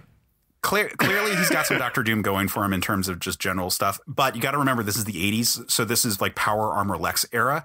And specifically, his deal is that he is someone who an accident in dealing with Hyperion caused his hair to not stop growing. So it is an inverse of the Lex Luthor situation, which is that his Lex Luthor's villainous origin of the Silver Age is that Superboy accidentally caused him to have no hair. And thus he is evil. In this version, he has too much hair, and thus he is evil. Yeah. Speaking of people who have too much hair, like he's watching in the news broadcast Master Menace of Tom Thumb talking about the B mod, and in 2 panels he just has a beard, and in the 3rd panel he has sprouted a mustache. Yeah, I mean clearly a coloring error, but yeah. It stands out. But so he starts having ideas about all this. Meanwhile, he has a meeting with Mink, Remnant, and Pinball, which are a group of supervillains from this world. So Mink is Catwoman, but Remnant and Pinball, I'm not positive that they have a direct analog or if they're just of a type. Like they kind of feel like Flash rogues or Batman rogues. Like they feel very, of a form. I've heard Remnant might be like a Joker type, but like I don't necessarily see it. He's got the Joker's all about his flying carpets. Yeah, like there's not, like what is the gimmick necessarily there? Pinball is a guy who has a suit that like puffs up with air and lets him roll around as a ball, and Remnant has like infinite like magic fabrics that he can kind of pull out, and so again they're gimmick supervillains, and then Mink is very explicitly like, here's a cat burglar who is like the seductress type character. She wears mink coats and has like a musk attack and claws that she pops out for fighting purposes. She's Catwoman. She's like directly Catwoman. But they're sent away because they're terrified of being brainwashed by the Squadron because it's already happened to all their friends. So they're sent to a different dimension. I wonder when we'll pick up with that story arc. Anyway, so they we get another meeting, and it's like 5 pages of meetings. And they decide to induct the Institute of Evil into the team. There's some debate about this. Like Lady Lark really doesn't like Dr. Decibel. But other people are like, man, it's surprising that my old villain is actually pretty chill once we've reprogrammed their brains so that they're no longer mean and that they have to be nice to me. Now I guess I like them. And this is when Blue Eagle brings up like, hey, speaking of like all these people who have been programmed to act really weird, let's talk about Lady Lark. Because you know how like the machines wouldn't allow us to be reprogrammed because Tom Thumb put that in there. Why did you do that, Tom? And he's like, it's true. And right before that, there's the hollow meeting of Blue Eagle and Wizard meeting with like a prison warden. Is like, I'm not putting that in my prison. This is too much to enforce on a criminal, and I'm a prison warden in the 80s. Yeah. Somehow, someone part of our incarceral system is like a more moral person than the superheroes in the story. It's it's the slippery slope. Like that. This whole comic is about the slippery slope of trying to do more than what you can without the guidance. Like trying to. Perfection is the enemy of the good. They lean towards perfection and thus don't create a good world. Also, Tom, like I said, Tom, you got some explaining to do. Yeah, so Tom realizes that it's been used. He wasn't necessarily sure how it was used, but it was definitely used on someone, probably on Lady Lark by Golden Archer. And he realized, I should probably make this so that this can't happen again. Also, I can't fix it. So Golden Archer confesses, and it's shocking to everyone. He's just expelled. They have a vote, and it's like 50-50. And then, dang it, I forgot his name again. Aquaman. Amphibian. There you go, that guy. He throws a fit like, oh, now it's a bad thing, Yeah. Now it's bad. When they use on someone else, use one of us, it's a bad thing. Yeah, I like that we get a lot of this like cross-panel kind of voting structure. Like we see all the different opinions, and it's like with like strong contrasting colors, bouncing from like perspective to perspective. And on this vote, one of the ideas is, what if we just behavior mod Golden Archer? And that's Power Princess. She's like, what if we mind control him too? So like clearly of all the people who are going to be like the furthest gone, she's like the one who's like the most like, yep, we're going to mind wipe everyone. Yeah, she is the most consistently fascist. I come from a utopia. Wink, wink. I come from a utopia that was genetically engineered by space fascists. Right. So, well, that kind of makes me wonder of a version of this story where it's more Wonder Woman leaning, and she does have a lasso of truth. I think that's one of those areas where if you had something like that where it breaks the story. Right. Yeah. Like they have to have the characters all be a little bit more limited. Otherwise, if you could have like empirical truths or empirical goods, or like even Thor's hammer of like worthiness, like can start to like mess with what the criteria of the world is. But Golden Archer is expelled, and Amphibian, pissed off at this whole situation, decides to break all the machines because he's done. He says fuck it, and he leaves the story at this point. The members who had vouched for Golden Archer get into fights with Blue Eagle. So like Dr. Spectrum is like ready to tear his throat out, and Whizzer is holding him back. Lady Lark is still mind controlled, so she goes with Golden Archer, and they and so Amphibian leaves, and then we Apex is like, hey, did something happen in here?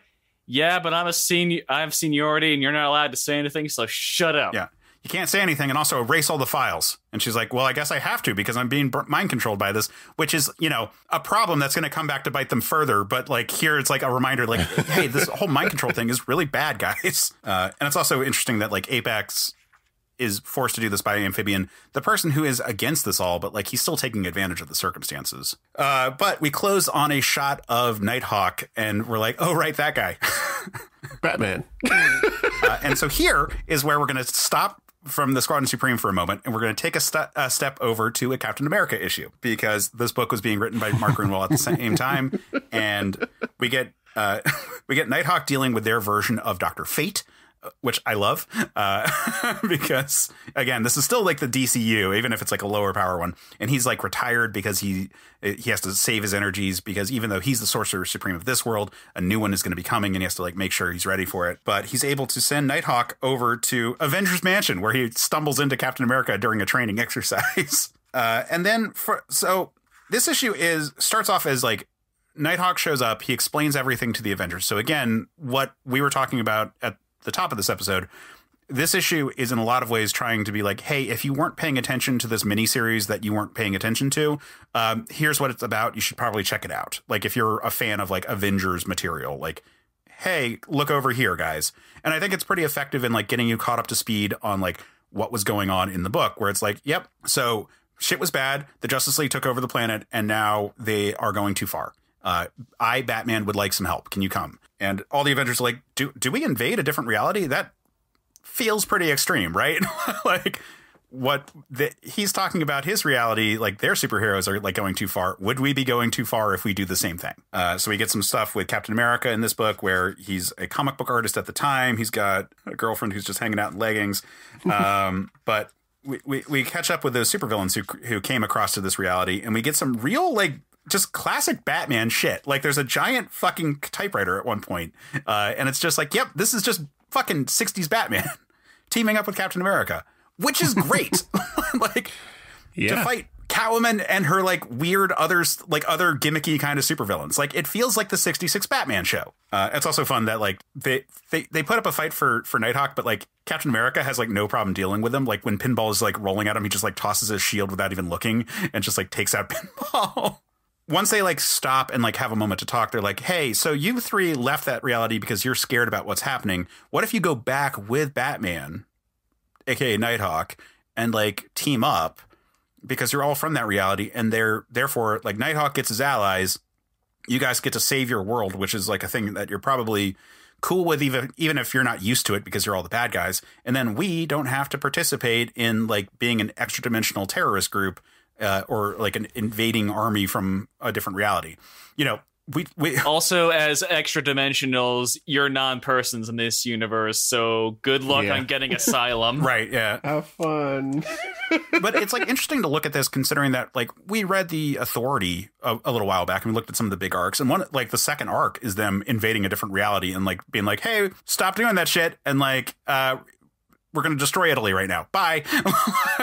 So it's interesting, like the 80s perspective of like going too far versus like what the 2000s perspective would be.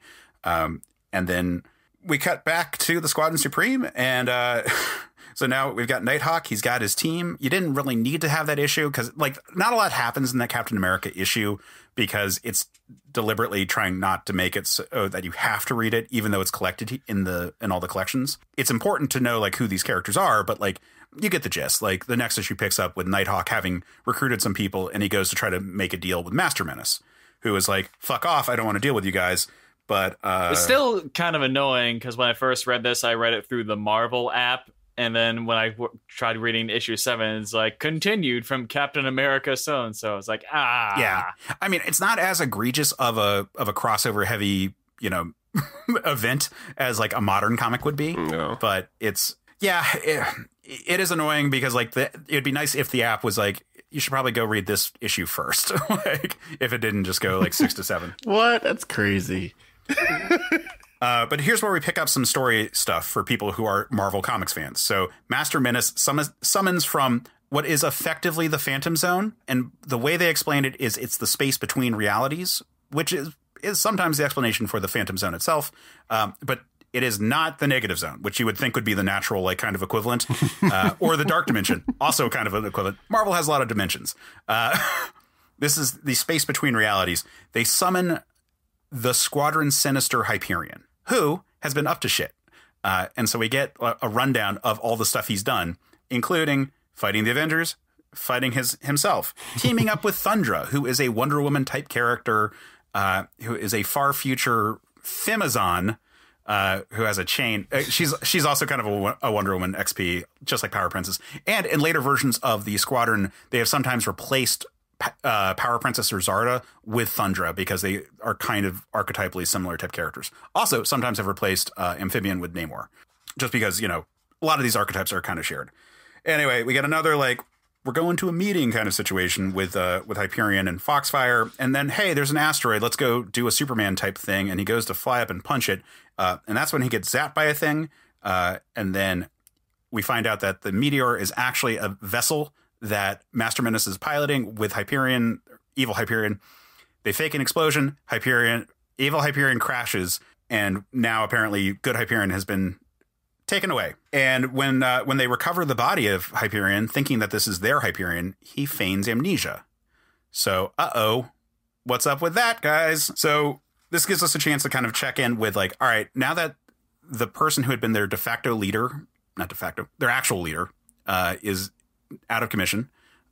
They still have a powerful figure who they think is in a good spot, but he can't be their leader. Zarda takes over. Which is good because previously she would have been voting for everyone to be mind wiped. So at least we're past that point now. Let's just fix Hyperion. We'll just implant memories in him. let's mind control him and make sure that he thinks that everything is fine and that he's part of our team. But this Hyperion is horny. We should be very clear about that. Jersey? Oh yeah, he's like a thuggish with a Jersey accent. Yeah. Yeah, very Crisis on Two Earths Ultraman. Yeah. The animated one. Yeah, very much so. Like, he's definitely, like, he is not as eloquent. He is consistent. I mean, like, he's an artificial construct to begin with. Like, he's the one that Grandmaster kind of sort of created from the Microverse. So it's a hard thing to explain anyway. So not the main point. But I'm looking at this panel of the fake Hyperion lying in bed. And it's very, very similar to the image of Spider-Man from the 60s cartoon in like a hospital bed, just lying back. Yeah. So Hyperion's like, all right, let's see what's going on with his team. He's in. Sometimes there's sometimes there's little unintentional gems in this book. Sometimes. I think we're up to 15 by now. That's a pretty good hit rate at this point. So Power Princess like goes to try to like talk to Hyperion and kind of be sort of his mentor as he like recovers, quote unquote. And all Hyperion's thinking like, damn, she's pretty fine too. Why is she married to that old guy? And so he fucking murders the old guy. He murders Steve Trevor.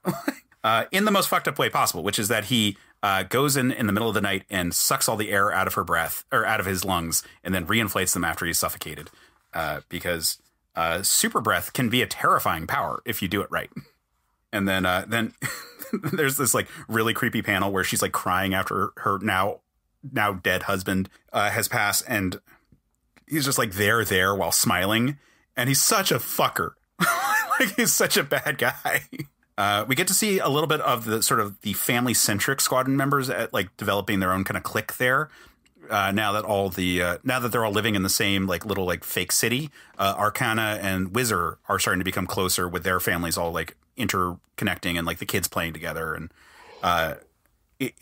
their gossip sort of ends up being some of like the fill in the details kind of space. Evil Hyperion decides that, you know what, like it'd be kind of cool to go back and be able to bang Thundra, but there's no guarantee that would even happen. So I'm having pretty good luck with Zarda. I'm going to betray Master Menace and try to see how this thing goes.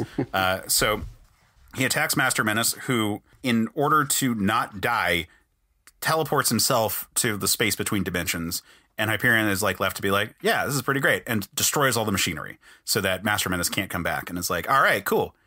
I'm gonna go back and I'm gonna continue pretending to be good Hyperion, and I'm gonna have sex with Power Princess. Implied sex, at least. Yes. Well, I mean, how implied is it? He's very clearly. Like, I don't know if it's implied so much as just like they don't use the word. 1 week after the funeral, too. I know. Yeah, he's on that shit real fast. So we then cut a month later. We get to have like a little bit of a Whizzer as the Flash, like stopping some super criminals who have force field belts because they're now just commercially available, which is kind of fun. It's just a classic like kind of Flash story. Like he's like, oh, well, I can't hit you guys because you got force field belts on, but I can like bounce you around like basketballs. And it's a really cute little sequence right there. Like it feels very, again, Silver Age Flash. And then he kind of runs. Also, you can't eat as long as the force field belts are on. Right. Yeah. He's like, oh, well, their batteries will run out at a certain point, but they'll probably turn it off long before that once they realize they can't touch anything like food. Which, that's just kind of a cheeky line because it's like they're just in jail, like he's already won. It's just like, yeah, we can't take the money away from you while you've got the force field belt on, but like you're in a prison cell. Like eventually we'll be able to take the money away from you. Like you're in prison. Like we already won. I love seeing Shape just be like so friendly and helpful with everyone, even if he's kind of dumb. Like he's really trying his best. Apex is doing her best. Quagmire is still a flirt, even though he is theoretically mind controlled to not be a bad guy. And Blue Eagle just fucking hates him because Blue Eagle's a dick. Like up until this point, we haven't really had to reckon with that because he was a dick towards a character who was a mind rapist, effectively, with his interaction with Golden Archer. Really? Yeah, Blue Eagle's like friction with Golden Archer. Golden Archer was empirically the bad guy in that situation. But we have to remember that Blue Eagle is also still kind of a douchebag. And I think this is really the spot where we start like focusing on that detail because that's going to be important later. Yeah, you dare to smoke on the job? Screw you. I'm going to punch you.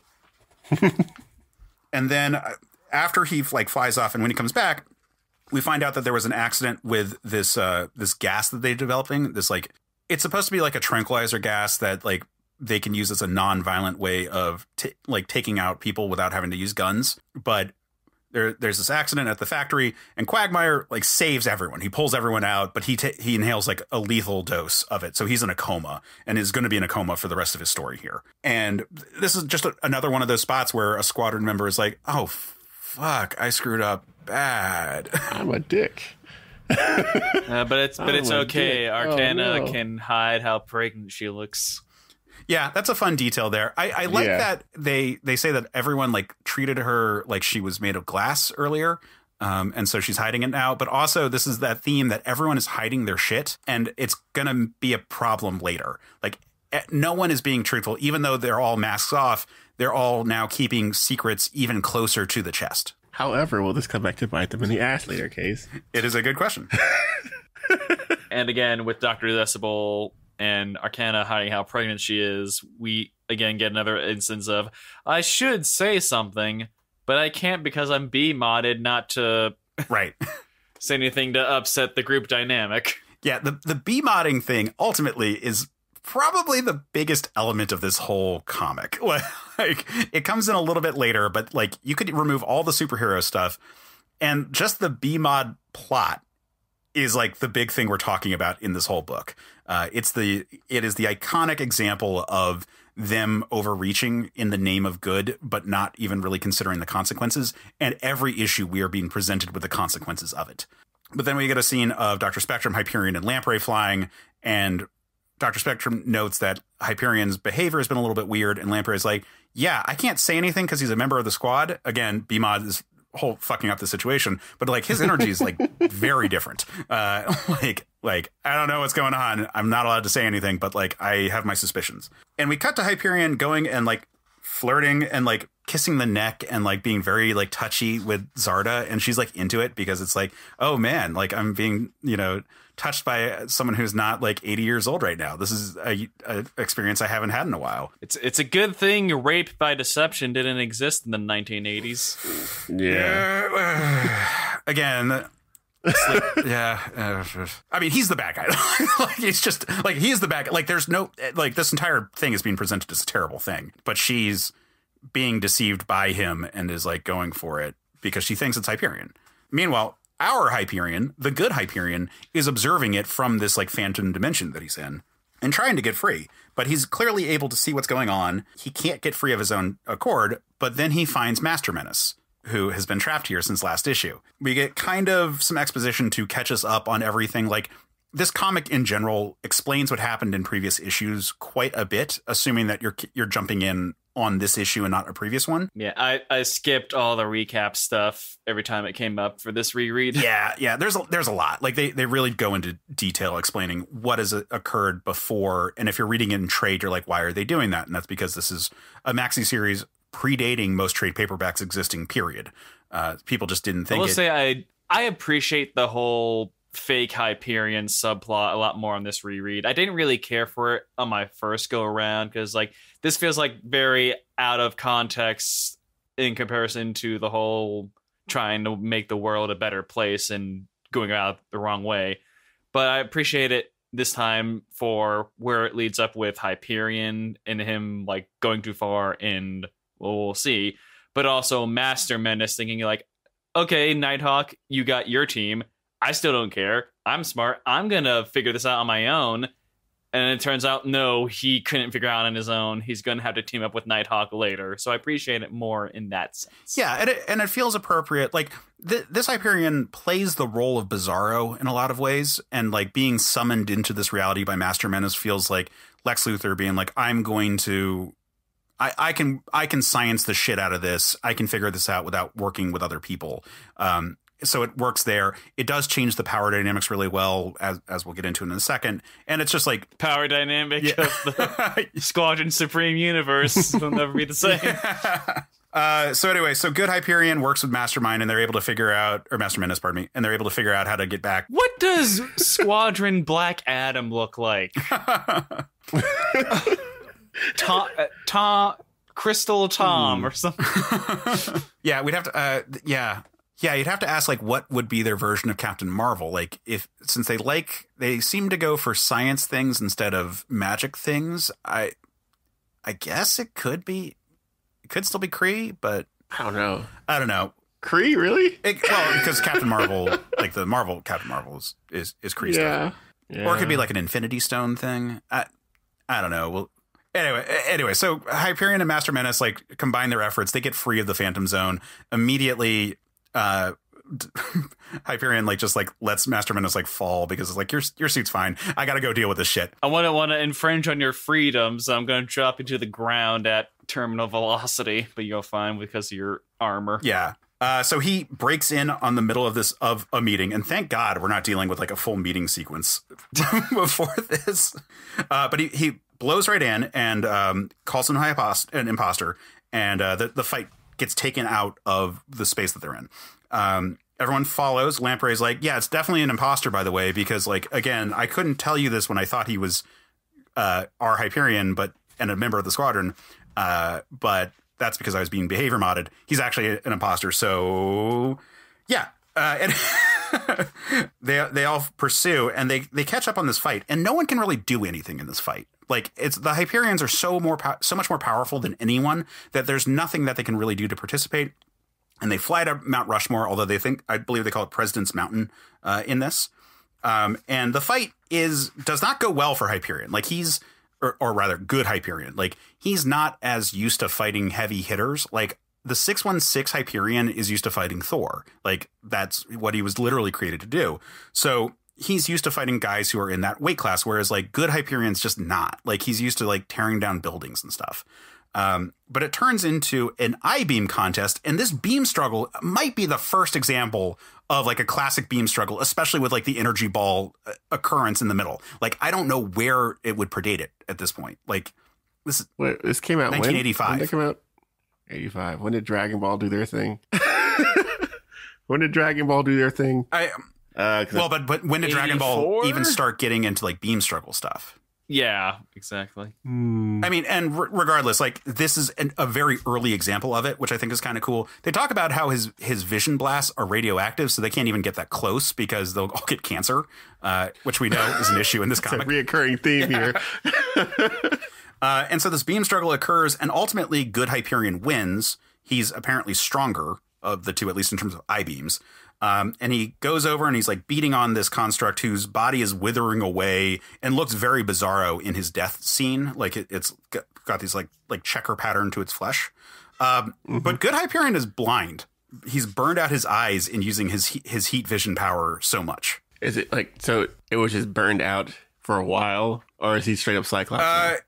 Well, worse. Like, his eyes are gone, like or at least destroyed enough that in the next issue we pick up, Dr. Decibel is trying to treat it, but they can't even do surgery on his eyes because he's so invulnerable. Where's the Argonite when you need it? Yeah. So we get a little bit of a catch up on this one, and he's totally blind. They figure out these like glasses that he can wear in order to have like perception around him, but he's not able to see. So this is a big power shift for him, because previously Hyperion, Nighthawk at the beginning mentioned that if he didn't have Hyperion, the Squadron would not be strong enough to do the goals that they have. And like, this is that point. Like, all of a sudden Hyperion, he still is powerful, but he's not as capable anymore. Like, because he can't see, he can't actually act the way he needs to. But we get some more catch up with everyone. So we find out more about Foxfire having a flirty relationship and like really getting into the role of being a superhero. But she's enjoying like making time with Dr. Spectrum, and he's kind of into it too. Like, and I kind of like this part here where we have he's like, huh? Well, I like that, even though, so like Foxfire is a black woman supervillain, and like there's probably some commentary to be said about this. Like, Mark Gruenwald has had his reputation tarnished a little bit because it's apparently Gruenwald is the reason why Monica Rambeau's role in the Avengers was reduced after Roger Stern left the book. And so that's sort of tarnished his reputation somewhat. So there is some commentary about like, is that good? Because everyone like always said, oh, he's just the nicest guy. But, apparently he also was not a big fan of having like powerful female supervillains or powerful female superheroes, pardon me. But then we've got this character who, apparently is like responding pretty well to like the life of being a superhero. Like, she is very clearly getting into this relationship with Dr. Spectrum, and that's cool. We get Blue Eagle feeling very upset about having left Quagmire to die at that time. So, some character growth for him. I really like the scene with Lamprey and Whizzer playing tennis, because Lamprey it gets talked into absorbing some of his super speed, and they're just like playing, they're just playing super fast tennis with each other, which is cool. We get Shape being the trampoline for all the kids on the compound, which I think is so fucking cute. It's really sweet, and I dread reading a 2000s era reboot of Squadron Supreme, because this would feel very... Yeah, you could imagine like a Mark Millar take on it, being like, oh no, this wouldn't be nearly as good. But it's kind of it's just a cute scene. And like Shape also really responds well to it all. Tom Thumb is failing health-wise. And so the computer actually decides to tell Ape X. And I like that the computer remains a sentient entity in this whole thing. Mm-hmm. That's all very cool. But we also then check in more with Nighthawk. And so we see that he's continuing to build his team.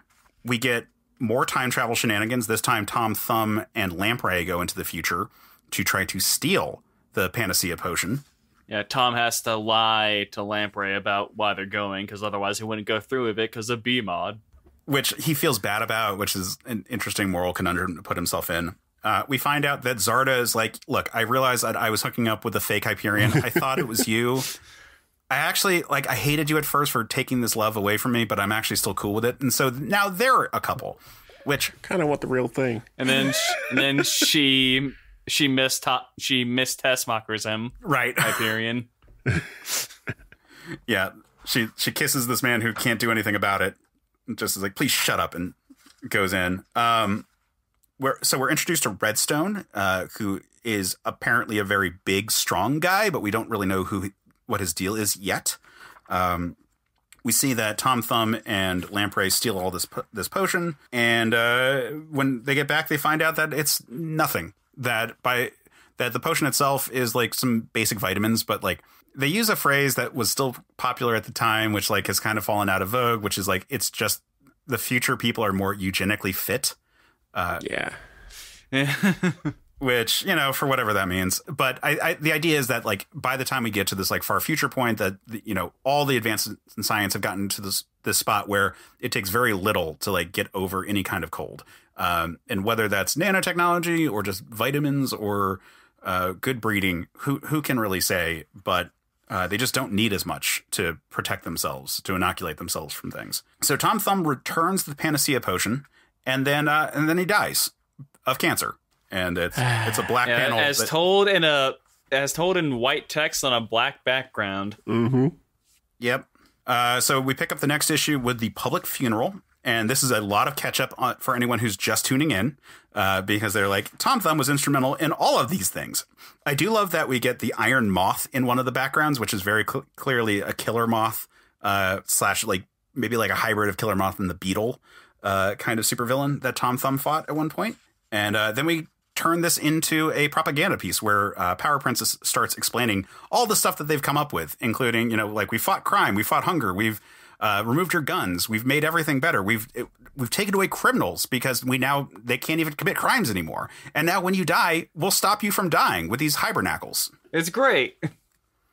I do love the panel where she has a chart and it's like, hunger 100% gone, economy 90% fix, poverty / jobs 80% taken care of, environment. Yeah, we can't see it. Disease halfway there. And this is when we check in with Nighthawk's team, and we actually get to see pretty much everyone that's going to be a part of it. The only exception is Master Menace is not in the shot, but we've got Golden Archer, who has rebranded himself as Black Archer now. We've got Remnant, Pinball, and Mink. We've got Redstone, who we saw before, and we have a couple more characters who we have not met yet. And so they decide that the play is going to be inserting themselves into the squadron, or the ones that have not been encountered before. But before they can do that, we get some scenes where Foxfire and Dr. Spectrum are flirting. We find out some more about the visor that Hyperion is wearing to allow him to function without seeing. And we get this whole scene about how Quagmire in his coma has started to release all of this ooze, which is terrible. We get that Dr. Decibel, like, talking about his mind wandering is why he's a supervillain, or why he was a supervillain. And we get more of Arcana gloating about how she can hide her pregnancy from those around her. Right. And then we get Redstone and Moonglow showing up to petition to join the squadron. And Redstone is like, hey, I can just pick up a car with one finger. That's pretty easy. And Moonglow's like, I can glow, like, I can fly as light as a moonbeam, and I can affect gravity. I have all these powers. So many powers. Wink, wink. Except they're all illusions, Michael. Well, we don't know that yet at this point, but yeah. Then we find out that Quagmire has now flooded the hospital facility, which is actually how Dr. Decibel dies. It's really bad. Dr. Spectrum's able to get people out, but now it's like starting to fill up the whole city. And so Hyperion has to go swimming in and take Quagmire off life support, which is a moral blow and a personnel blow as well, because now we've lost yet another member of the squadron to this all. And again, he died because he inhaled too much of their non-violent, non-dangerous, like, peace formula, or like the like pacifier pistol mist or whatever it was called. We pick up the next issue with the squadron playing Capture the Flag, which is kind of fun to set up all the new members. So in addition to the two that we had before, we also have Haywire, who can summon wire. Apparently. Yeah, that was Lame. We have Inertia, who is really powerful. She's able to redirect any inertial force from anything, which is pretty dope. And we have Thermite, who is like, I feel like everyone has at some point come up with this idea of like a guy who has hot and cold powers. You know, like My Hero Academia, obviously, and like Street Fighter 3, but like one side of his body is fire powers, the other side is ice powers, and he wears a suit to kind of regulate the temperature between the two. And he's got like this Two-Face style, like split down the middle, fire and ice kind of design. It's really cool looking. I think it's really fun. It's garish as all hell because it's, you know, what it is. Well, I'll also want to say that Haywire has my favorite out of context, completely 80s line in "Stop dawdling, you twinks." Time to tangle. Which is quite a catchphrase for someone whose power is I can summon, you know, tangles of wires. Okay. That's very much a Marvel vs. Capcom attack call right there. Time to tank. Yeah. Like R1 support. And this is where we get a bit of Moonglow's powers being revealed to not be what it is. She actually has illusion powers, and she's just pretending to do everything else with them. So when Lamprey tries to tag her, it's an illusion, and she's actually grabbed the flag by herself. So they all go back. And Lamprey can't say anything because she's a Squadron member, and he's beam-modded not to speak against Squadron members. Yep. So everyone, they talk about how the team is down so many people, and all these like new recruits, they officially welcome into the team. They all take oaths. And what is nice is that they all are like, I feel so gross taking an oath to work with the Squadron when I'm here to like subvert it all. Like, one thing I think should be conveyed is that all of these members have different levels, but are all honorable people. Like they all are this is still a war of good guys. And then right before the oath, we get to see Zarda and Hyperion doing paperwork. Yes, because there's so much clerical work in this all. We get some more recap stuff. Moonglow. It's a mood. Yeah. Moonglow sneaks in at night and steals the plans for the behavior modification machine. She sends them over to Master Menace, and when that happens, the AI tells Apex, being like, hey, Moonglow did this thing.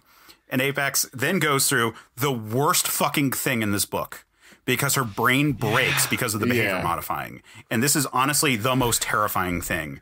That was rough. So it's like a page of her going through back and forth because she needs to reveal to the Squadron Supreme that they have been betrayed, but the person is a member of the Squadron Supreme and she is not allowed to betray them. And so she keeps going back and forth until she's ultimately just saying can't, must, can't, must, can't, must in a catatonic state. And because of how this all went, the AI is like, I can't tell anyone about this, otherwise they might also die. And I just killed my only remaining friend, or like destroyed my only remaining friend. It's a good thing seniority doesn't exist in this organization. I know. Jesus Christ. Like this, again, they're so slapdash handling things. The problem has always been that even the ideas, like even the B-modding could have worked if they had thought about it a minute beforehand. Like if they could have made a version of it that worked, but it's implemented too fast. And it's only when they find out that there's a problem that they fix it, such as what happened with Lady Lark. So it just is a process of them just making all these fucking mistakes and then the fallout from it all. And like, it is fucking tragic because aside from her initial appearance as a villain, Apex has been nothing but just this charming, super nice, like genius ape character who was so delightful. And she was friends with Tom Thumb and she loved all the people and like is doing such, you know, she's so fucking good. And then she breaks because she can't decide based on behavior modifying who to save from betrayal from the other. I also think it's here where she's working on the Tom Thumb robot duplicate. Right, yeah, and we don't and that can't go any further because she's taken out of action. Yeah, it's there where she says, if only we could have removed the cancerous growth growing on your brain. So, yeah, we can see that it's all falling apart. The other side of it, now that that Master Menace has been given the behavior mod tech, he figures out how to reverse engineer it and break it. Without causing brain damage. Right. So that was the big issue. So then the next step of the plan is they start capturing all the reformed villains and then de-brainwashing them, which they don't do to Apex, which is, you know, would have been an dick move. Yeah. So they do it to... They do it to Lamprey first, and they do it to Shape. And when they do it to Shape, Blue Eagle follows. And so they decide, well, I guess we're going to behavior mod him so he doesn't remember it. after some decision of like, should we kill him? What should we do? And like, ultimately they decide like, just wipe his memory from the last day. And like Nighthawk feels really gross about it, but you know, again, it's all about slippery slopes, and even the people who are fighting the Squadron are going down slippery slopes. Yeah, for as much as the Squadron overreaches their boundaries and how much they inflict their will on the people, they do have to compromise on their own issues, which kind of makes it feel a little bit more sad. Not sad, more like the reality of trying to make things better is that you don't realize how far things have to go, things have to stretch. Again, it's all about the slippery slope. They decide to like B-mod Blue Eagle. And that's the end of this issue. Next issue picks up with them doing it to Foxfire, who's like, oh, well, okay, yeah, I'm on paper with you guys because they fucked with me, but, you know, we get to see that she's thinking about it in her own internal thought process. And we kind of check in with everyone. Like, we see how things are going. We see Dr. Spectrum's really, like, thinking about getting married to Foxfire. He's, like, really enjoying this relationship. Shape goes to try to talk to Apex, and that's heartbreaking because, like, Shape is so confused. But, like, again, he was ultimately a good boy who just, like, was a supervillain by circumstance than anything else. And Moonglow fucks with his brain by creating an illusion of Apex to be like, no, you should side with the Redeemers. Like they're like they're the good people. We see a bit more about how Arcana's going in terms of her pregnancy, and she's about to burst. We find out some of the off-duty times with Haywire and Inertia getting into a relationship, and Thermite being a prankster. And the Squadron is making good on most of their deals. Like they're getting ready to relinquish power to hand stuff back over to the U.S. government. Again, while the world is in shambles, they understood that they couldn't do everything for the whole world. So they start with the America that is what they took over and was trying to implement a utopia on. And then we're hoping to expand it worldwide if it works. So at the moment, they're dealing with U.S. powers, and it's an American-centric book. But when they're coming back from this whole meeting where they're like getting prepared to like hand off everything, that's when Nighthawk confronts them. And this is where like shit hits the fan.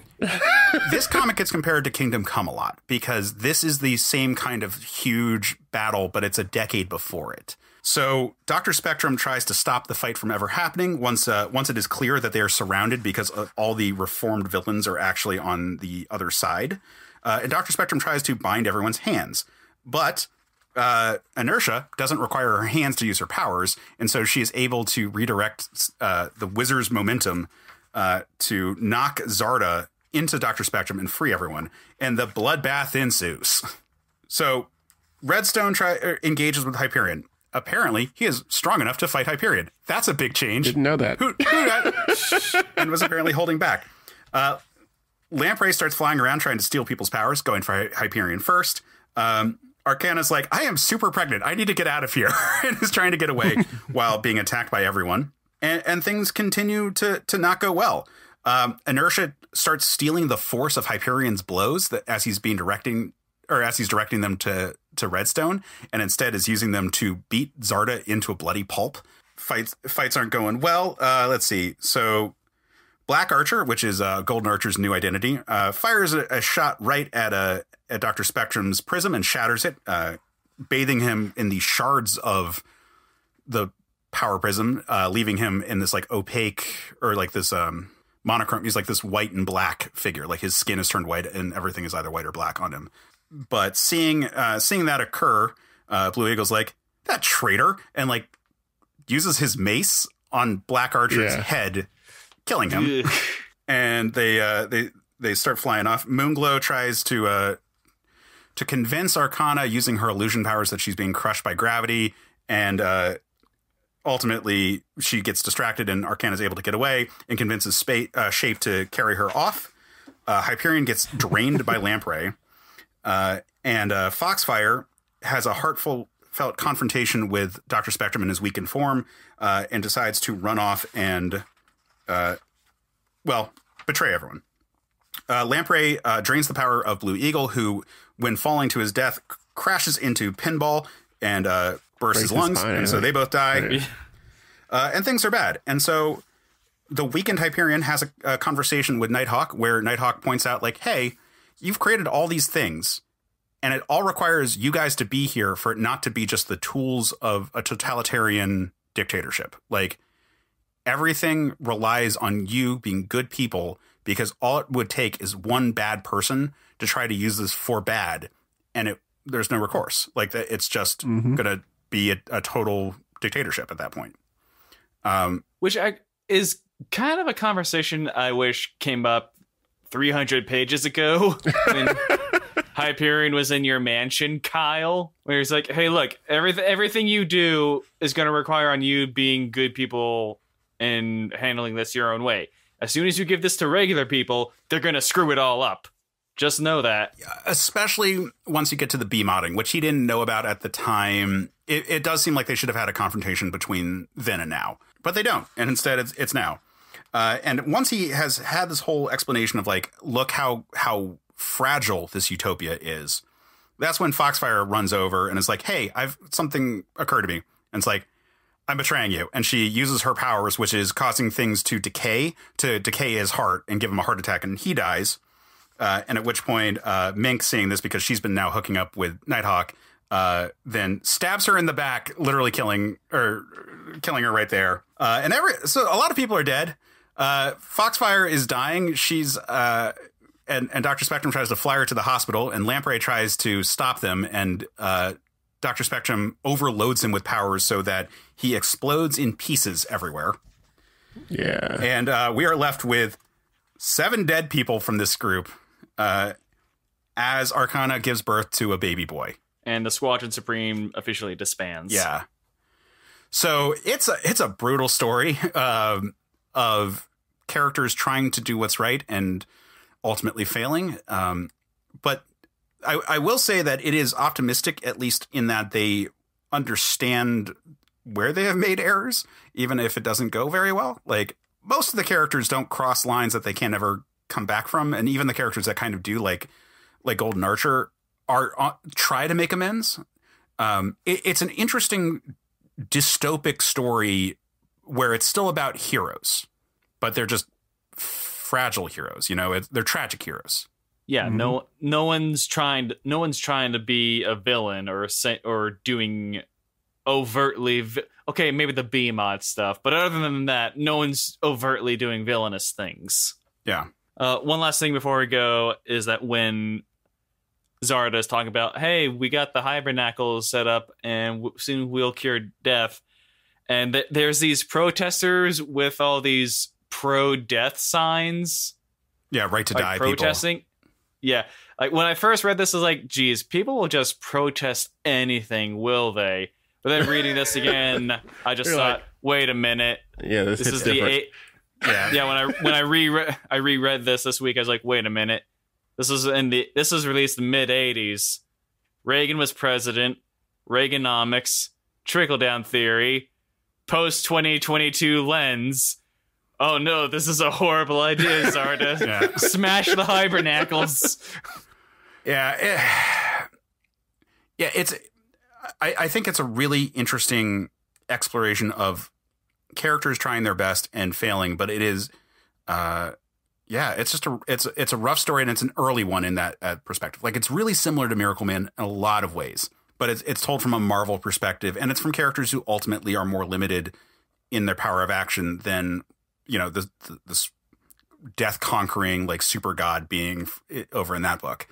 But yeah, so again, the characters don't finish. Like, there's a follow-up story where a big cosmic event occurs, and we get to see how, like, powerless even beings like Superman would be in the face of something that can destroy a sun.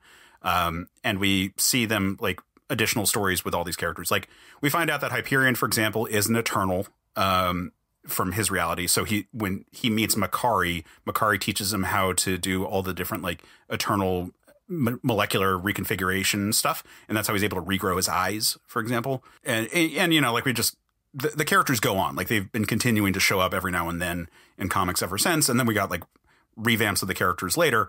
But, like, this is that definitive story of a Justice League trying their best after really bad stuff happens and failing because they're ultimately still human. This really has, like, that Justice League episode of was it A Different World, where you've got like the Superman kills Lex. Yeah, the Justice Lord's story. Yeah. Yeah, definitely shades of that. Yeah. Also Batman. and Batman's the one who betrays him in that too. So yeah, I'm really glad to revisit this. I'm sorry that this episode is running a little long and I actually we have to cut it off here. But Nick, thank you for bringing this. Oh yeah, totally. Do you have a big takeaway you want to give? And if not, give your plugs. I guess big takeaway here is that, again, through a 2022 lens, it's hard not to see some of the points that the Squadron was making, especially as far as like gun regulation, right, in America today. It's like way to be a total libertarian there, Kyle, at the end. But also, it's just like, I think what makes this a little bit more gray, or at least a little bit more not confused, but like maybe would America in the comic be so hard on the Squadron if they did not just exit a scenario where most of the Squadron leaders were under mind control and enslaving America? If it was just aliens invaded, they screwed us up, and we have to rebuild, would they have been like more accepted and face less blowback? As other than that, we don't really see. We see pushback from regular people, again, with more of the B-mod stuff, and with the benefit of a hindsight and a reread. Yeah, it's more apparent than when I first read it. But I would really like to see a sequel to this story where it's like, okay, we learned from our mistakes. Can we think through this again and maybe not screw it up this time? Yeah. Like especially in a world where everything seems to be on the brink of collapse. Like that'd be really interesting to explore again today. What does 40 years of time do to this premise? Yeah, because I like Supreme Power, which was like the 2000s sort of like reboot of this series, but it is definitely coming from a different perspective and not in a post calamity kind of world. I think one thing that is interesting at the opening is that people aren't aware of the alien interference in it all. It feels like the people on the ground aren't in the loop. Like they are not privy to information that we, the audience, are. And I think that was a cool element that was new then and then would be explored in stuff like Marvels or like, again, Astro City. And that's pretty cool. Would it be cool to like explore it again with more modern stuff? I think so. And I do think some books are really like dealing with that. Like Injustice is doing similar kind of stuff, even if it's not the same. And like, even if it's like goes down an even darker path.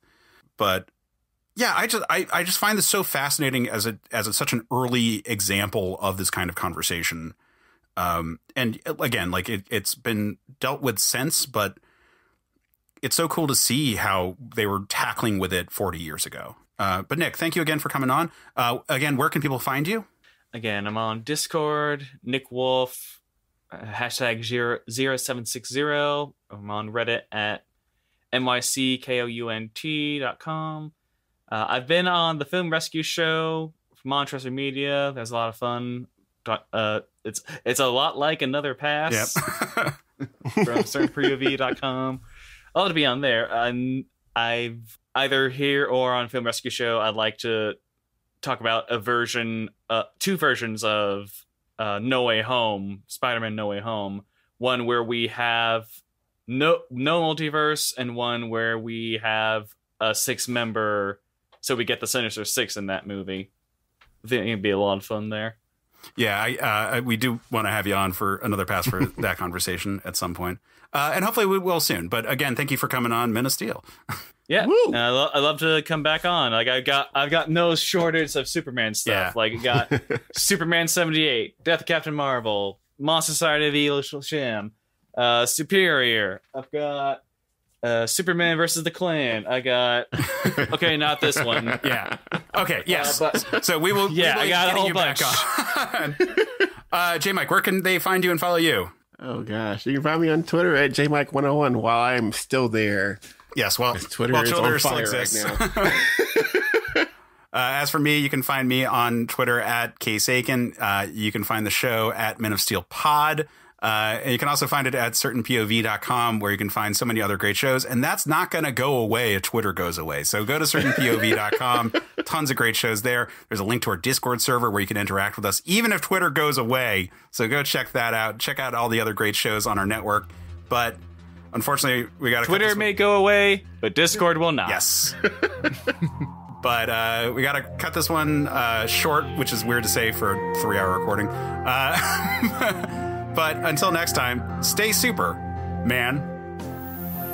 Men of Steel is a Certain POV production. Our hosts are J. Mike Folsom and Case Aiken. The show is edited by Matt Storm. Our logo is by Chris Batista. Episode art is by Case Aiken. And our theme is by Geoff Moon. Hi, I'm Matt, aka Stormageddon, and I'm the host of CPOV Autographs at certainpov.com. It is a bi-weekly interview series where I interview folks from all over the arts, from writers to comedians to magicians to musicians, even actors, historians, podcasters, pretty much anyone who's willing to chat with me for a little bit. If you like interesting conversations with even more interesting people, go to certainpov.com or wherever you get your podcasts. And remember, music is life, and life is good. CPOV. CertainPOV.com.